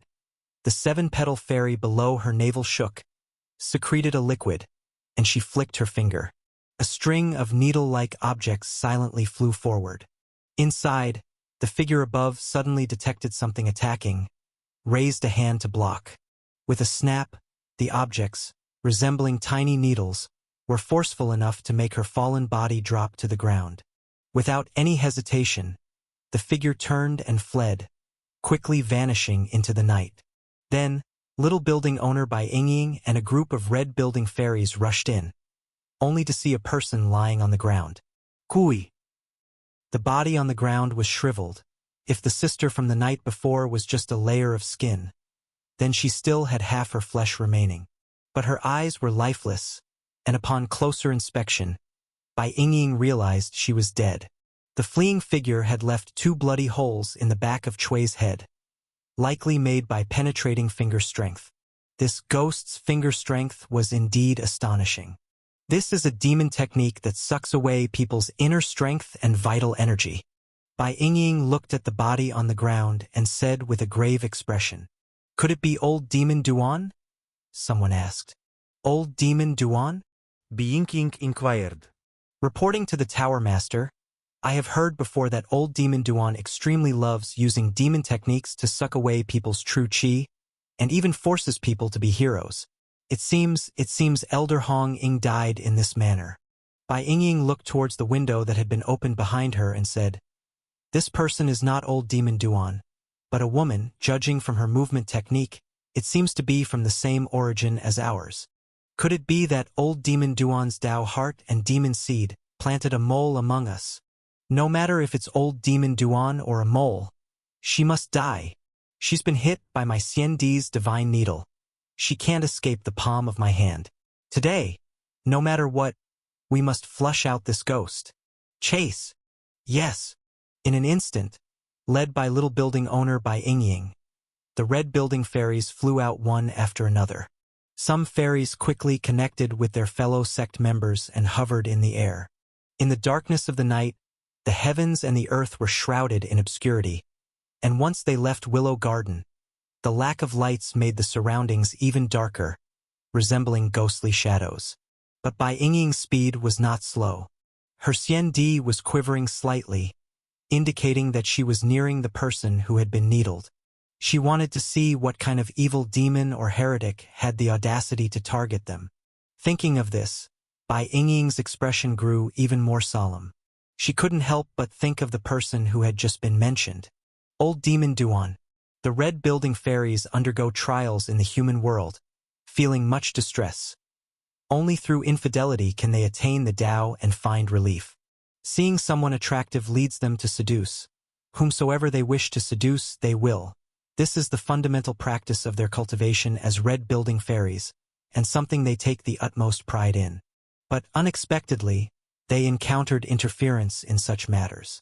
That unwary old demon Duan indiscriminately killed their sisters. Elder Yi and Elder Hong Ying, mother and daughter, met untimely deaths. Later, that scoundrel caused trouble in Yu State, slaughtering the people of one of her villas. He could be said to be the most infuriating enemy of the Red Building in the past decade. She had originally intended to severely feed old demon Duan her Xiandi's water, and then seduce and kill him in the air with the posture of fairy scattering flower, first herself and then allowing the entire Red Building to join in, not sparing even the corpse. But with the Xiandi transformation imminent, she could only hold back, purposefully finding such a secluded place to wait for the breakthrough before settling accounts with that reckless vermin. Let old demon Duan become nourishment for her 7-petal fairy. Who could have thought that someone would dare to strike under her watch here? When Yu Shuang flew away from Willow Garden, her clothing had automatically slipped off, turning to black. In a moment, her whole body merged with the night. Her left hand trembled. The liquid-formed flying needle had actually penetrated her skin, incessantly eroding her flesh and blood, and even her inner strength couldn't force it out. Truly deserving to be the Xiandi's divine needle, after Yu Shuang returned to the Red Building, in order to seduce Duan Yun, she began to absorb others using the reverse heaven gang skills. Initially, she absorbed the martial world people from outside. But she soon discovered that the martial world people had mixed inner strength and inconsistent abilities, which was inefficient. That's right. Thinking of Duan Yun's visage, she grew impatient. So she began to absorb her fellow sect members of the same origin. With this absorption, the effect was indeed extraordinary. In just over a month, she had absorbed more than 20 fellow sect members. At first, when she absorbed her sect members, she felt some guilt and unease, but the more she absorbed, the more she longed for Duan Yun, and the more vigorous her absorption became. She wanted stable happiness, to securely seduce Duan Yun, so she had to keep absorbing. After all, from the rumors, Duan Yun's and old demon Duan's strength was also growing. Yu Shuangshuang had planned to absorb another dozen of her sect members before plotting for more, such as whether to make a move on little building owner Bai Yingying. She had always desired her inborn CND. If she also had an inborn CND, how could Duan Yun escape her grasp? Since she had already been discovered, Yu Shuangshuang decisively decided that tonight, she would absorb Bai Yingying, seizing everything she had. She had already died once. No one could stop her from seducing old demon Duan. No one. Thinking of the few fingers Duan Yun had shot at her that day, she trembled excitedly. At this moment, Yu Shuangshuang's body swayed, and she slipped into a narrow mountain crevice. Chapter 213. You don't understand the bond between me and old demon Duan at all. The little building owner Bai Yingying landed in front of that mountain crevice. By this time, her CND was trembling quite frequently. This indicated that the woman was inside this mountain crevice. Yet the crevice only allowed passage for one person, and it was unknown where it led to, appearing exceedingly treacherous in the night. Tower Master, this place. Under such circumstances, one would not usually pursue further. The age-old common sense has it that one should not pursue a desperate enemy into dangerous grounds. But if this person could not be killed this time, who knows when the next opportunity would arise? It's just a cornered clown trying to hide. Bai Yingying possessed a natural CND and had barely tasted defeat from childhood to adulthood. Especially those struck by her divine needle of CND, their strength would be weakened by at least 30%, with virtually no survivors under her hands. So even though the opponent tonight had some peculiarities, possessing a demon technique that could drain a person to merely a layer of skin, somewhat horrifying to hear, she still had no intention of letting the other party go. She had absolute confidence. Accompanied by the trembling of the CND, Bai Yingying went straight into the mountain crevice. The crevice was narrow, but it did not hinder passage. Upon entering this gap, one would find that it was not as dim as it appeared from the outside. The dim sky light fell from above, outlining the contours of the things inside the cave. Walking further inside, occasionally some vines would hang down from above, like snakes. Bai Yingying was not afraid, but instead felt some excitement. The trembling of the CND proved that the person had not escaped, igniting her predatory desire. In the past, she only felt this way when facing men she fancied. At this moment, she had already stopped in her tracks. There was an addition of a huge dead tree inside the cave. The tree was dead, yet its branches coiled around like pythons. Her CND told her that the person who was struck by the needle was nearby. You use the Red House movement technique, and you are extremely adept at it. This only means that you were originally one of our own. You do not take the righteous path of Red House's Fate-Yin, but instead choose these evil and crooked paths. Don't you know the only end is damnation? Suddenly, Bai Yingying flickered, like a fleeting shadow, and arrived behind a stout tree branch. For she had already sensed the other person. But the next moment, the scene before her eyes made her stunned, because she only saw a hand. A freshly severed hand. A severed hand to escape for life? This was Bai Yingying's first reaction. She thought the opponent had left the hand that was struck by the needle here and had already fled. But in the next instant, the air around her stirred. No good. With a bang, the tree branch under her feet exploded into flower. A hand suddenly struck out, swift and unexpected. At this time, she could only use her foot to block. With a loud bang, the foot met the hand, and the air nearby twisted and deformed. Bai Yingying's ankle bent, and she smashed into the cave wall like a cannonball, breaking several branches along the way. Her block, though hasty, she believed could disperse most of the force. Who would have thought that the palm force of the comber was as strong as hers? With a dull thud, the cave ceiling cracked, and Bai Yingying fell to the ground. She had no time to catch her breath when the shadow below moved again. Xian di scatter flowers. Without any hesitation, Bai Yingying's CND trembled, Xiandi's water passed through her navel, sprinkling like flying flowers. Facing these swirling, Xiandi flying flowers, Yu Shuangshuang could only temporarily dodge their sharpness. Bai Yingying thought she had gained an opportunity to catch her breath, but the next moment, she was surprised to find that the sharply dodging Yu Shuangshuang, her figure blurry, was actually attacking along with her Xiandi flying flowers. Was she not afraid of death? The true qi inside her surged, so the Xiandi flying flowers began to spin around her. But this still couldn't change Yu Shuangshuang's onslaught. Yu Shuangshuang's left hand had lost its palm, and this time she lifted her right hand, fiercely smashing towards Bai Yingying. Midway, Xiandi flying flowers hit her hand, numbing her palm, but her palm strike still carried a huge momentum and bombed towards Bai Yingying. With a bang, Bai Yingying didn't expect the other party to be so fierce, daring to endure her Xiandi flying flowers to attack her in turn. Thus she took a solid hit. This palm hit right in her belly. The terrifying palm force nearly pierced through her body, and her navel was pressed out more Xiandi's water. Yu Shuangshuang's palm was mighty, but after being hit by the Xiandi flying flower, her entire arm was nearly numbed, making it difficult to lift again. Seeing Bai Yingying's frightened expression, Yu Shuangshuang crazily laughed. "Little building owner, if you're so cowardly, how do you plan to ascend? Why not let me help you?" Saying so, her whole body leaped up, executing a scissor kick aimed at Bai Yingying. Struck by two palms in succession, Bai Yingying only felt that Yu Shuangshuang in front of her eyes was not human, but a wild beast that didn't care for its life. She couldn't even remember the name of this sex sister, holding only an impression in her mind. Yet, such an obscure, nameless individual, whether it be the decisiveness of severing the palm or the richness of true qi, was simply breathtaking and even hair-raising. Faced with Yu Shuangshuang's continuous assaults, Bai Yingying also became enraged. She was born with a Xiandi, the future master of Red House. How could she be suppressed by such an obscure woman? Her Xiandi trembled, 6 petals flut as if dancing in the wind, her fierce true qi pouring into her palms, colliding with Yu Shuangshuang's legs. With a thud, the mountain crevice shook, and rocks tumbled down.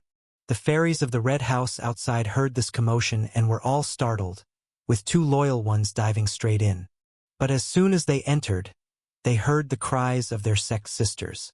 With a thunderous rumble, the cave was breached, and 2 female figures flew out. Chapter 214. 2 women, one in a red dress and the other in a black, were entangled like 2 fully bloomed roses biting into each other. It was none other than little building owner Bai Yingying and Yu Shuangshuang. Their hands and feet intertwining, wrestling with each other, movements as fleeting as scattered flowers. They were performing the fairy scattering flower from Red House. The so-called fairy scattering flower is actually a mystical body cultivation technique, which usually involves connecting the body and true qi, generating rotational force to incapacitate the enemy in motion. Bai Yingying had initially wanted to incapacitate Duan Yun using this technique, but unexpectedly, she ended up entangled with such a sinister woman. In terms of the richness of true qi, Yu Shuangshuang, having consumed the human infant immortal fruit and absorbed so much true qi from fellow disciples of Red House, naturally had the upper hand. However, Bai Yingying was born with Xiandi, which not only could produce paralyzing Xiandi's water but also store Xiandi true qi, essentially giving her an extra dantian. Hence the 2 were evenly matched for a while. A piercing sound arose as their skin rubbed violently against each other, with skin on both sides already torn apart. Yet they still incessantly continued the fairy scattering flower. As the 2 women spun, the force emanating from them shredded their clothes. For a moment, they intertwined and spun against each other. Cloth fragments fluttered about, akin to a genuine fairy scattering flower. Soon both were stark naked. Watching the 2 women spin together, though their poses were exceptionally graceful, reminiscent of 9 heavens fairies in murals, as fragments of cloth turned gradually into blood, the scene became both beautiful and bloody. With a thud, their spinning crashed through a boulder, rolling down the hillside. And below the hillside was a cliff, its depth indiscernible in the night. When Bai Yingying realized this, Her body was already suspended in midair. At that moment, overwhelmed with rage, she once again felt fear. Their bodies entwined, they plummeted down the cliff. The surrounding scenery quickly blurred, and with such force, the two might end up perishing together. Their faces were very close. Each could see the other's expression. Seeing the fear on Bai Yingying's face, Yu Shuangshuang madly laughed. "Little building owner, it's just a cliff. What's there to fear? I've fallen off one before." "Mad woman!" Bai Yingying's Xian Di vibrated frantically, squeezing out the Xian Di true qi. She intended to gather Xian Di true qi to paralyze Mad Woman's body. Suddenly, a ripping sound was heard as Yu Shuangshuang broke her own right leg, pulling them even closer. Before Bai Yingying could react, her forehead was already pressed against Yu Shuangshuang's. A foreboding feeling suddenly arose. Indeed, she felt the true qi and qi blood inside her being sucked away through her forehead by Yu Shuangshuang. She hurriedly exerted force to resist. But at that moment, what she least wanted to see happened. As Yu Shuangshuang started circulating the reverse Heaven Gang skills, her body began to float upwards, apparently intending to use her as a cushion to break the fall. Below, through the dim clouds, the bottom of the cliff was ominously near. Faced with the threat of death, Bai Yingying tapped into her body's potential, causing the true qi inside her to spin wildly. Turning fight. Star shift. A wonderful force spread out, and Yu Shuangshuang could no longer control her own body, and their bodies rolled again. With a boom, a deep crater blasted open at the bottom of the cliff, spewing white smoke. Yu Shuangshuang and Bai Yingying lay at the bottom of the crater, bleeding profusely. Both were gasping heavily, trying to struggle to their feet, but none could manage it. Both were severely injured, countless bones broken. Bai Yingying felt her body had become disconnected segments, not responding to her commands. Yu Shuangshuang was not in much better condition, even worse, in fact. Previously, she had severely injured herself by breaking a palm, and although she could still staunch the bleeding using true qi, now she couldn't manage it. Both were in agony, struggling for life. Yet Bai Yingying knew that if she could last till the end, she would be the victor. When her subordinates found this place, it would be the end of this mad woman. Her Xian Di pulsed like a heart, releasing Xian Di's water. To others, Xian Di's water was fragrant poison, but to her it was medicine, easing her injuries. With these two facts alone, she couldn't possibly lose. Yet in the next moment, her pupils sharply contracted into two black dots, as if she had seen a ghost. Or rather, the scene before her was even more terrifying than seeing a ghost. Yu Shuangshuang, covered in blood, struggled to her feet, standing right before her. Blood obscured her face, making it impossible to see clearly. Yet she could see that the other was smiling.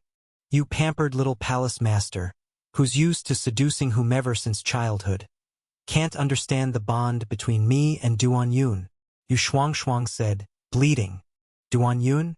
Little building owner Bai Yingying, engulfed in tremendous fear, didn't even realize that Duan Yun was old demon Duan's real name, thinking it was someone Yu Shuangshuang loved. Completely insane.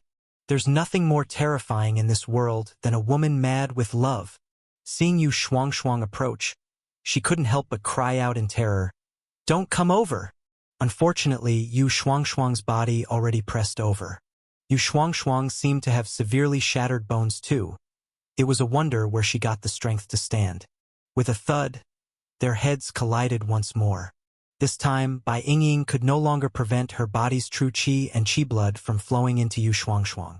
After more than 10 breaths, in the crater, Yu Shuangshuang's body was in a familiar inverted state.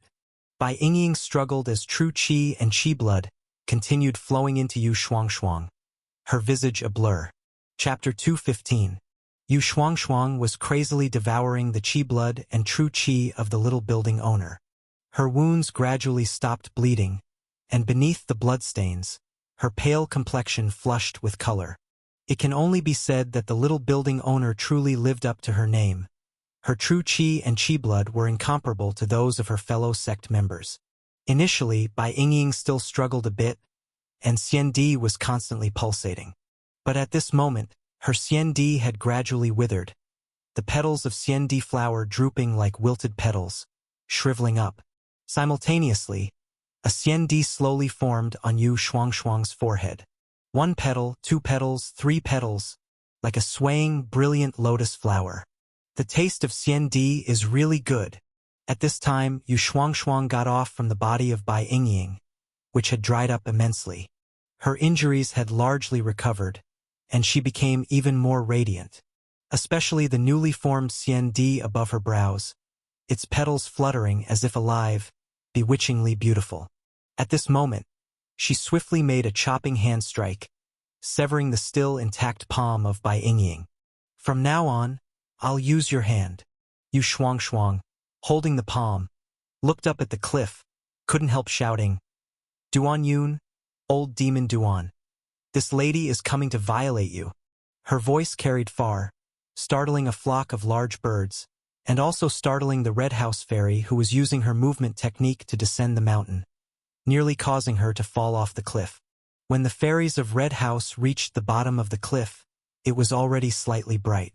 Seeing the scene at the bottom of the cliff, they were frightened to the point of sitting down hard on the ground. Little building owner.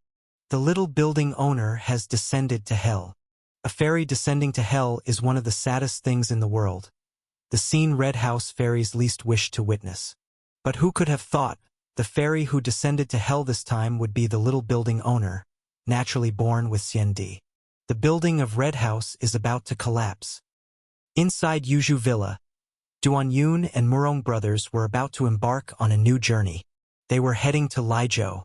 Duan Yun was going to Laizhou because there were many thunders in Laizhou, which is the main base of the Thunder God and Mother sect.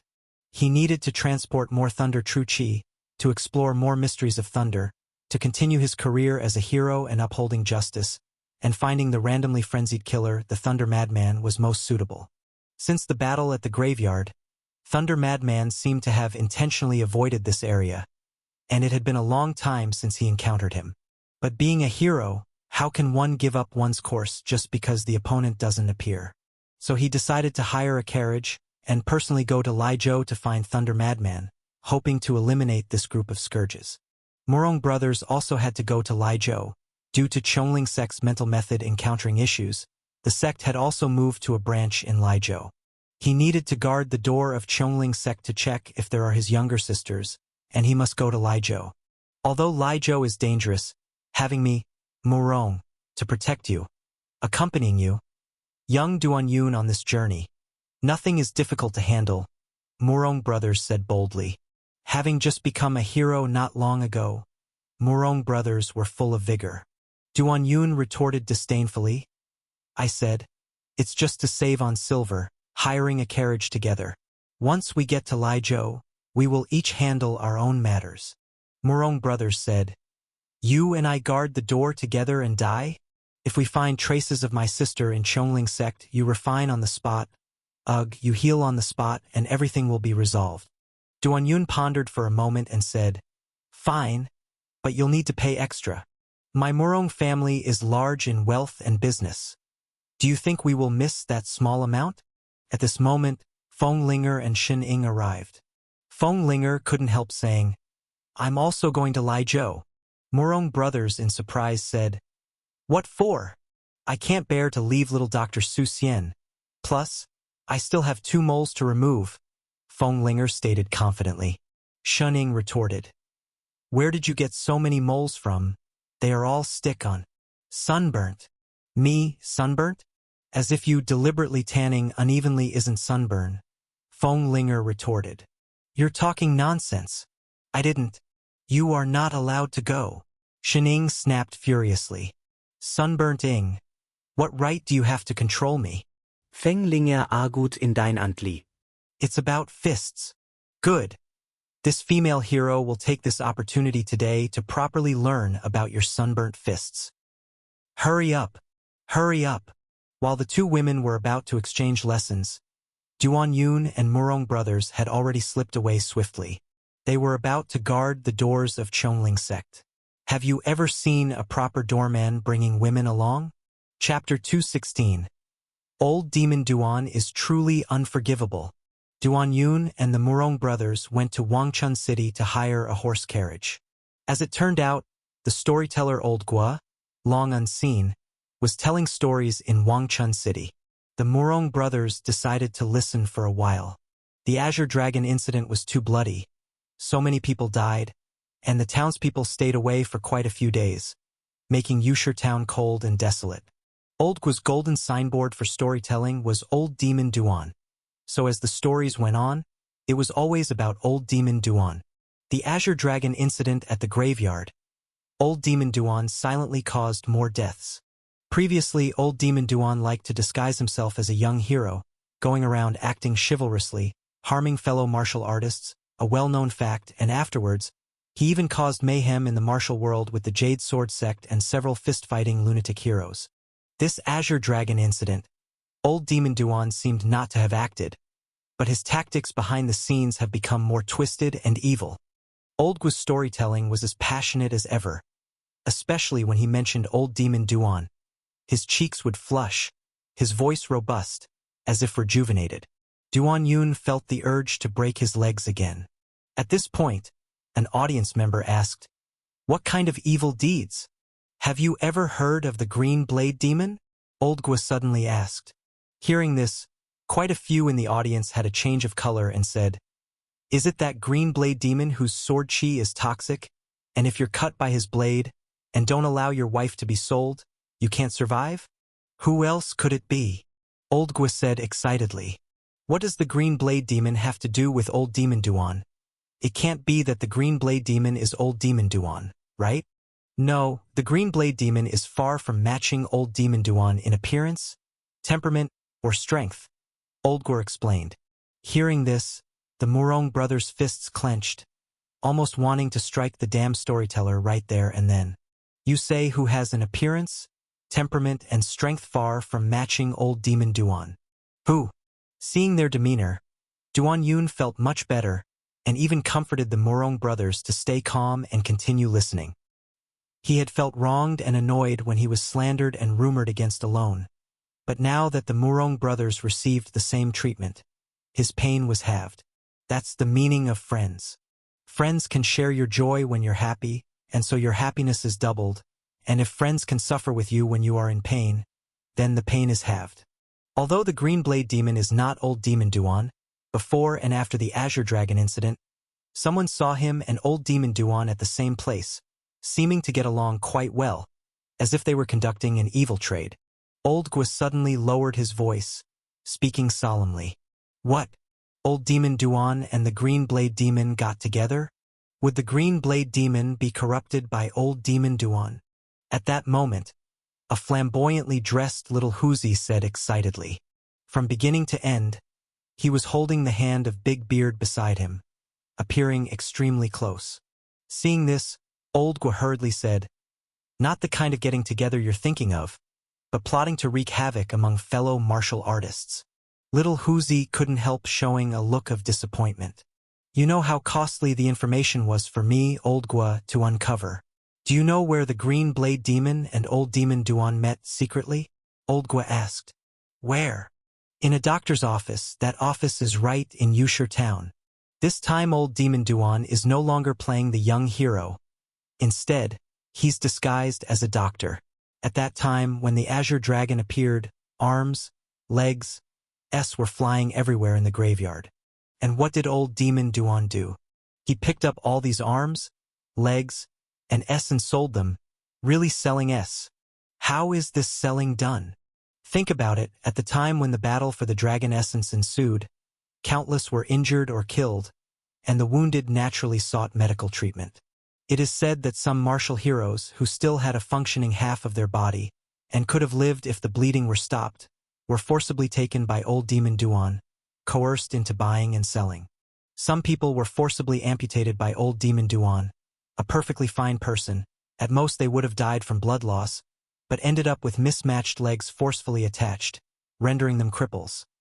Living like that is so difficult it's worse than death. The most outrageous case was a hero who was indeed a physically strong man, but ended up with a woman's attached. He wept bitterly, lamenting that it was old Demon Duan who ruined him. He said without attaching that. At most he would have lost his life, but after getting that attached, his childhood sweetheart and junior swordswoman looked down on him and ran away with someone. He lost his love. You all know of Bluebeard, the Lanshan escort, right? A heroic man of integrity, finding that his own brothers also suffered greatly from old Demon Duan, went to find old Demon Duan. He only chopped off the lower half of a woodcutter's body, forcing old Demon Duan to reattach it to his brother. As a result, he was ruthlessly killed by old Demon Duan. Such a good man as Bluebeard died like this. The Lanshan sect will probably never recover from this, all due to old Demon Duan's actions. Bluebeard had status in the martial world. Hearing that even he was ruthlessly killed by old Demon Duan, the crowd erupted into heated discussion. Some martial artists felt a chill down their spine, grinding their teeth in anger, because they too felt threatened. This old Demon Duan really treats everyone the same, daring to kill anyone. Such a reputable figure as Bluebeard simply asked for a favor rooted in brotherhood, asking old Demon Duan to reattach a body to his brother, and yet he was murdered for it. Then facing them, ordinary folk, old Demon Duan wouldn't hesitate to kill indiscriminately. At this moment, the storyteller Old Guo once again showed his usual expression of deep sorrow and lamentation, exclaiming, "But that's not the cruelest part. Do you know of Lin Jiaolu, the female sword immortal of the Chongling sect?" Chapter 217. Hearing about Chongling sect, hearing about the swordswomen, the people present became even more excited and spirited. More excited than hearing about the death of Bluebeard. The swordswomen of Chongling sect are each of unparalleled beauty, and now only 4 have come out to aid the men of the world. Lin Jianxian is extremely beautiful and possesses a cold demeanor. She is the epitome of pure and noble beauty in the hearts of many in the martial world. It is rare to have such a fearless and worldly helping female swordswoman in the martial world. It is tragic that Lin Jianxian was injured in the battle for the dragon essence and ended up in that medical facility, also falling victim to the venomous hands of old Demon Duan. Ever since being treated by old Demon Duan, Lin Jianxian has become even more stunning and captivating, but since then she has stopped seeing guests. According to martial world rumors, during the treatment she fell under old Demon Duan's spell, becoming infatuated with him. Now, she no longer harbors the desire to help the world. She thinks only of old Demon Duan day and night, and only wants to deal with old Demon Duan alone. Once old Demon Duan makes his move, there will no longer be such a compassionate Lin Jianxian with a broad, loving heart like this in the world. She has now become exclusive to old Demon Duan, and perhaps even been marked by him. At this, the tea house erupted. Convince the prostitute to reform, yet keep her to himself. May thunder strike old Demon Duan dead. How foolish is Lin Jianxian to fall for old Demon Duan's trickery. Old Demon Duan deserves a terrible end. Wait, having now lost 1 Chongling sect swordswoman, are the remaining 3 still all right? Who knows? Old Demon Duan is utterly ruthless. He's capable of anything. No, please. In an instant, emotions ran high, and the audience wished they could personally slay old Demon Duan to restore Lin Jianxian to her original glory. Keep it down, haven't you heard? Old Demon Duan is petty-minded, and he was just recently around Yusher town not far from here. Be careful or he might drag you back to torment. Don't care. Old Demon Duan will meet a bad end. Old Demon Duan himself sat there, gently sipping his tea. Green Blade Demon had already stood up in agitation. Had he not known the real situation, and known that Duan Yun hadn't turned the swordswoman into his private property, he would probably have wished to strike Duan Yun down right there. "I am going to tackle that dog of a storyteller," said Morong. "Weren't you just advising me to be generous?" said Duan Yun. "He slandered me saying I was uglier than you, and even maligned this young hero as the Green Blade Demon. I must do something," Morong firmly replied. The 2 demons ended up looking towards Old Guo, only to find that Old Guo had disappeared at some point. By then, Old Guo was already in a carriage. This was his last show in Wangchun City, after which he needed to visit Lijiao. Mainly because there were too many men in Wangchun City who favored homosexual love, and he truly couldn't handle it anymore. Unlike Yoon State and Yuzhou, Lai Zhou has always been against homosexual relationships. He had no choice but to leave his hometown and first rest his ox. Of course, he should also gather more material. The bloodthirsty storytellers always avoided working in isolation. They often needed to roam and learn about events in the martial world to tell their stories better. Unable to find old Gua, and seeing that it was getting late, Duan Yun and Morong immediately rented a carriage and set off. Although the Chongling sect officially only had 4 swordswomen receiving clients, and now 1 fewer thanks to old demon Duan, the true situation of the Chongling sect was still uncertain. If they delayed too long, the potential sister of Morong might face further danger. Thinking of his possible sister, as well as those he had experienced before, Morong became sorrowful for a moment, and his hair greened a bit more.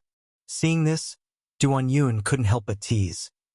"With your hair so green, would it not be too revealing?" Morong, lying in the carriage, sadly said. "By the time we reach Lai Zhou, I'll condense this greenness. When green deepens it turns dark, then it won't be noticeable." Duan Yun, hearing this, realized that this guy was advancing even further on the path of the green saber, and couldn't help but secretly admire him. This chap indeed might be considered a rare genius in the way of the saber.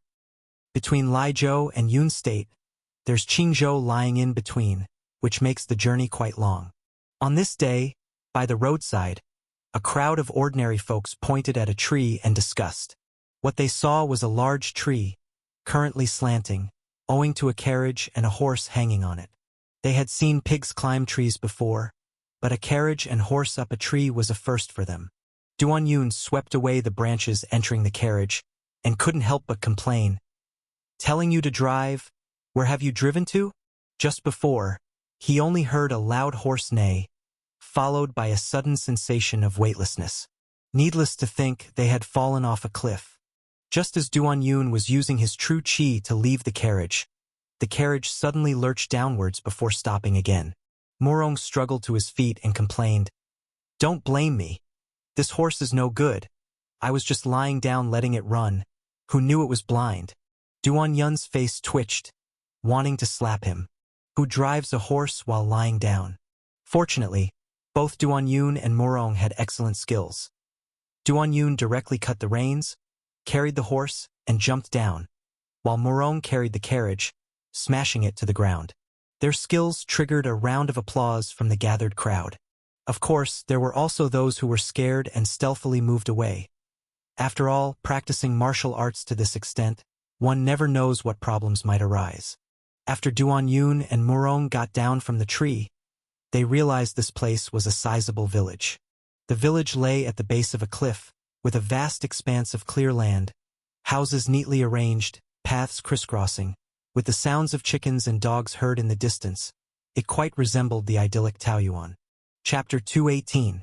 Upon asking, Duan Yun learned that this place was called Black Mountain Village, located in the eastern part of Qingzhou. Situated at the base of a cliff, it was inconvenient to access, so outsiders rarely visited. The villagers here were also very simple and enthusiastic, quickly welcoming Duan Yun and the Morong brothers into the village.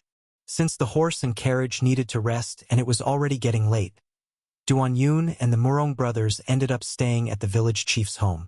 The next day, it just so happened that someone in the village was getting married. The villagers persistently persuaded them to stay, so Duan Yun and the Morong brothers attended the wedding banquet. Black Mountain Village's wedding banquet wasn't very elaborate, and the newlywed couple also seemed quite down to earth. But the villagers were genuinely hospitable, just like during New Year's. Banquet tables were laid out in a long line, almost stretching from the newlyweds' doorstep to the end of the village. Some dishes were provided by the host family, but many more were brought by the villagers themselves. Each household brought a dish, and those with wine brought it along, aiming for a lively atmosphere from start to finish. Duan Yun and the Morong brothers had never really eaten at such a banquet before. This was their first time attending a continuous seating feast. It was only while looking at the tables full of dishes that one could truly appreciate why it was called a continuous feast, feeling extremely satisfied. As outsiders with martial arts skills and handsome appearances, Duan Yun and his coachman, the Murong brothers, attracted quite a bit of attention. Among them were many girls with spring in their hearts. Not to mention Duan Yun, even the coachman, the Murong brothers, were quite favored, because there were no men in the village as fair-skinned as them. What surprised the Murong brothers was that this time, no men showed any particular fondness for them, acting inappropriately. Through this, Duan Yun also got to know the villagers quite well. Having done so, he discovered something peculiar. Namely, many villagers had dark circles under their eyes and appeared lethargic, clearly lacking in yang qi. This wasn't just an isolated case, at least a third of the men were like this. Only after asking around did he find out that Black Mountain Village had a problem. After a man reached adulthood, especially after getting married and having children, his body would quickly weaken. It was like a disease that had been around for decades. Even when doctors were consulted, they couldn't diagnose the problem. Doctors only suggested moderation after marriage, but some couples barely spent time together once a month, while others were suspicious and kept a close watch on their partners. Still, nothing could prevent the men from declining in health. This was the main reason why the village men weren't particularly interested in the Murong brothers. Puffing on a leaf cigarette, the village chief said with a worried look, "I don't know what's going on. My 2 sons were full of life before they got married. But afterward, they just couldn't keep up. Not as robust as this old man here." At this point, Duan Yun and the Murong brothers learned that the village chief's eldest son had already passed away. Black Mountain Village seemed to be cursed. Once a man got married, he would weaken prematurely, age early, and die after not too many years. As a result, there weren't many elderly men in the whole village, only children or men who had already grown weak. In the fields, there were more children and women working. Having been fed and accommodated in the village for a couple of days, and with the village treating them well, the 2 heroic young men, with hearts of compassion, really wanted to lend a hand to the villagers. Unable to contain himself, one of the Murong brothers asked, "Village chief, have you ever considered practicing martial arts to strengthen your bodies?" The village chief replied, "We simple folks only know farming, not these things. Besides, where are there any martial arts to practice?" The Murong brother exchanged a look with Duan Yun, who nodded. Then, with a righteous expression, he stated, "Coincidentally, I know a cultivation technique for nourishing yin and strengthening yang. After practicing it, you might not immediately become very vigorous, but you should be able to live a few years longer." Indeed, the dark cloud hanging over the heads of these simple villagers was the premature weakening and death of the men. Having already heard about the exceptional skills of the 2 guests, the village chief said excitedly, "Murong young hero, is that true? Can you teach us martial arts? It's not about fighting or killing, just strength-building exercises. I'll write it down. Whether you practice it is up to you." After I practiced, my yang qi became excessively strong. The Murong brother said, "Thank you so much, young hero." Realizing that this exercise could potentially extend the lives of the men in the village, and even restore their manliness, Murong, who had not long been known as young hero, was very excited and eagerly started teaching the technique. He finally began to understand why Duan Yun liked being called young hero so much, and occasionally teaching techniques. Being a young hero felt great. Even with a weighty karmic burden and a heart filled with woes, the Murong brother found a sense of purpose in life for a while. Chapter 219. I want to practice posture 2. Old Demon. For the adult men of Black Mountain Village, once they had children, their remaining task was simply waiting for death. This seemed like a curse, a problem that the unworldly villagers were completely powerless to resolve. Some people fled the village because of it, but the martial world of Qingzhou was chaotic, merely a larger and more cruel village. No, it was completely devoid of the peace found in a village. Within the village, you just waited for premature aging and death, whereas outside you could be deceived and killed, dying without a burial place. The steep cliffs, in turn, became a barrier for the tranquil day-to-day life of Black Mountain Village. The Murong brothers and Duan Yun had not yet left, and some people had already taken a keen interest in this cultivation technique.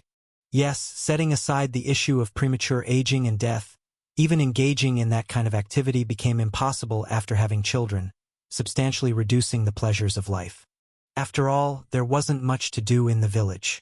As newly emerged young heroes, this was their first time teaching martial arts, and the Murong brothers were full of enthusiasm. Even though they were truly lazy, they became much more diligent at this moment. Seeing this, Duan Yun thought, if they were not in a rush to leave, this fellow would wish to settle here to teach martial arts. Murong brothers sat in the carriage, finding themselves puzzled. If you had told him a year ago that he would become a young hero, acting for heaven, even painstakingly teaching martial arts to some people he had just met, he would probably think he had gone mad. Because doing such things, having such thoughts, was indeed very absurd. The martial world was filled with deception and murder. He hadn't joined it, only knew about love and romance, and was already considered as lacking ambition. To teach martial arts to ordinary people seemed like defying nature. Unbeknownst to him, he was still influenced by old demon Duan. Does this mean that I am no longer a normal person? The number of men in Black Mountain Village practicing posture suddenly increased. After all, not everyone wanted to be dispirited, aging prematurely, waiting for death. Or perhaps, having seen too many fellow villagers age and die prematurely, they were eager to change this situation. To better introduce these inexperienced men to the basics, the Murong brothers also diligently passed on their heart's understanding.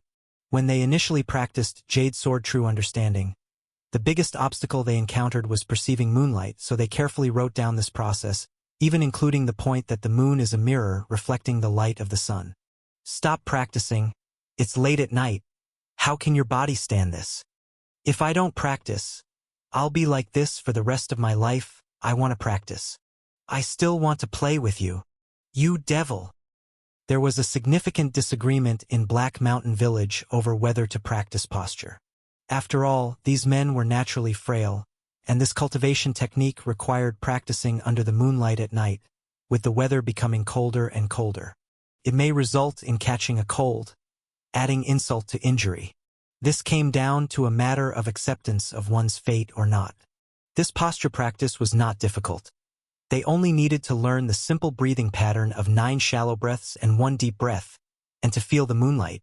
Li Sangu was the most proactive in practicing. His eldest brother, Li Degu, and second brother, Li Ergu, had both passed away, none reaching the age of 40. He had witnessed the bleakness and unwillingness of his second brother's death, and as his body deteriorated, he felt the same. Was he to watch himself age prematurely and wait for death, or take a chance and practice this posture? Was there even a choice? Li Sangu was illiterate, and did not understand anything about the moon being a mirror, reflecting the sunlight. He only knew to practice with all his might. To him, the so-called moon, after all is said and done, wasn't it just the sun changing its appearance and emerging at night after setting? Just like his wife, who seemed gentle and sensible during the day, but once at home alone, if you dared to provoke her, she would furiously kick you. Before his body started deteriorating, he had suffered under this woman. It was only because he was weaker in the past 2 years that she had left him alone. So, in Li Sangu's eyes, the moon hanging in the sky was just the gentle, non-irritable version of the sun. As he continued with the posture practice, he gradually started to perceive the moonlight, like his wife's fiery temper wrapped in a layer of gentleness. That night, Li Sangu made a thrilling discovery. His body was warm, and desire flooded him. So he began frolicking with his wife. Dead man, is that green-haired cultivation technique really so magical? Afterward, Li Sangu's wife exclaimed, "What green hair? That's young hero Murong. This truly saved my life," Li Sangu said with tears brimming in his eyes. He had not expected there to be a turnaround in this matter. A few days later, many people in the village felt some improvement in their health after practicing this posture, though not as obvious an improvement as Li Sangu, who could turn his wife over with ease. On the 15th of the month, Mingyu hung high. Li Sangu stood practicing posture, absorbing moonlight even more ferociously. Having fun with his wife every day, he felt like he had endless energy, life's pleasures skyrocketing. He wanted even more. He now had experience. He thought of the moonlight as a multitude of calm and gentle yet fiery-tempered versions of his wife. As they descended into his body, he became increasingly stronger. For a moment, he felt as strong as an ox, as if he could plow several acres of land at once. Every time he absorbed the moonlight, his body felt warm, as if he had consumed a bowl of nourishing hot soup, replenishing his frail body. But that night, Lee Sang-gu felt very hot, his body sweating profusely. Lee Sang-gu's wife no longer worried about her husband catching a cold. Every night, watching him practice posture under the moonlight, thinking of the night's activities, she felt a sense of happiness. Chapter 220. But at this moment, she suddenly stood up in shock, because she saw her husband smoking. Following that, she couldn't help but scream, "Fire! It's on fire!" Lee Sang-gu, as if waking from a dream, looked down and jumped up in fright. His manhood was aflame. "Quick! Quick! Water! Get water!" Lee Sang-gu's wife, strong and nimble, reacted swiftly, and with the speed of lightning, fetched a basin of water and doused Lee Sang-gu with a loud splash. Lee Sang-gu lay on the ground, the air carrying a faint scent of something scorched. Lee Sang-gu's wife glanced at his burnt crotch area, concerned. "Is it still okay?" "I don't know. I'm afraid to look," Lee Sang-gu said, frightened. "Let me check for you." "How is it?" "I think it should be okay if it's just the skin that's peeled off." That's good. But how did it catch fire?" Morong once said that one can't practice too hastily, as doing so easily leads to fire-related accidents. But this fire was too fierce. "It's my fault. I was thinking about farming and practiced too intensely without caution." "You dead man." With a snap, in a deserted bamboo forest in Black Mountain Village, suddenly, a human head emerged. This head was deathly pale, as white as a sheet of paper, with eye sockets dark as ink, a black and white contrast that could rival a panda. What's crucial was how skinny the face was. It looked like nothing but bones wrapped in skin, just like a skull. A snapping sound was heard, and the head moved upwards, revealing an even more gaunt figure. The figure wore a huge black cloak, and as it floated upward, it drifted towards Black Mountain Village like a giant bat. For a time, there had been rumors of a demon in Black Mountain Village. It was said that twin brothers, unable to sleep at night, suddenly saw a demon with an ashen face fly into their yard like a bat. Since the family was poor, their parents' room was only separated by a cloth from the brothers, and the twins witnessed the demon mouth-to-mouth with their father, fiercely sucking the slumbering man. The brothers were terrified and had no choice but to pretend to sleep, and ended up actually falling asleep. They thought it was all but a dream, yet when they saw the bite marks on their father's lips in the daylight, they felt something was amiss. When the children told their parents what they had seen the night before, they were told that it was just a dream. But the brothers always felt something was off, for how could both of them have the same dream? They secretly remembered the creature, referring to it in private as Old Demon Black Mountain. Eventually, as the children grew up to be adults, they started to age prematurely. They wished to find evidence of the Old Demon Black Mountain, but never did. Later on, the younger brother left Black Mountain Village and never returned. The elder brother also passed away, and the stories of the Old Demon Black Mountain disappeared from the village. But in fact, the Old Demon Black Mountain truly did exist. Now, the Old Demon Black Mountain was once again flying over Black Mountain Village, beginning to hunt for food. The reason the twins had discovered him was because he had been inexperienced before. Old Demon Black Mountain, originally named Chun-Chi, had been a convoy guard and later joined the Five Tigers head-cutting sect. He was indeed a rare martial arts prodigy, believing there wasn't any martial arts he couldn't master. In just 1 year, he became the top young martial artist of the Five Tigers head-cutting sect. In fact, the sect leader wasn't his match at the time, but he deliberately concealed his skills, thus only being known as the top young martial artist.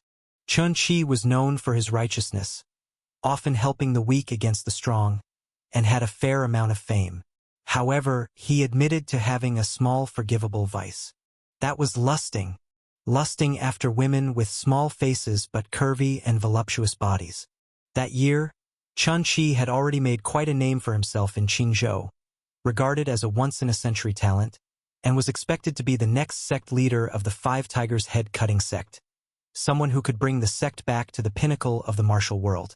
As a young man, it was inevitable for him to become proud and eager to satisfy his small vice, which now did not require him to take action himself as people would deliver women directly to him. But he still preferred to hunt on his own. That night, he encountered a girl that he took a strong liking to, and so his bestial nature erupted, and he began to lust. Who would have thought that the youthful-looking girl with deadly allure would turn out to be a red house madwoman with profound cultivation technique? He was caught off guard, and despite his desperate resistance and pleas for mercy, he was sucked dry into a spent man.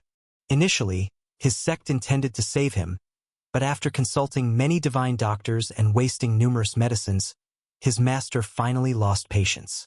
One day, his junior brother said he would take him to seek medical attention, but he accidentally discovered that his junior brother wanted to harm him. Seizing an opportunity, Chun Chi snuck out from the carriage, but accidentally fell off a cliff. He knew that his junior brother wanted him dead under someone's orders. He had become a spent force, and the Five Tigers head-cutting sect did not keep the useless. Chun Chi, having miraculously survived the fall from the cliff, managed to live on in the territory of Black Mountain. Chun Chi, who prided himself on his extraordinary wisdom and was a one-in-a-million cultivation genius, managed to comprehend a cultivation technique that absorbed yang qi and a movement technique to fly through the air like a bat while recalling the process of being taken into the air and seduced by the Red House madwoman. Since he had been drained into waste by the Red Building women, he could drain others to recuperate. Thus, there was one more notorious demon in the Black Mountain territory, Old Demon Black Mountain.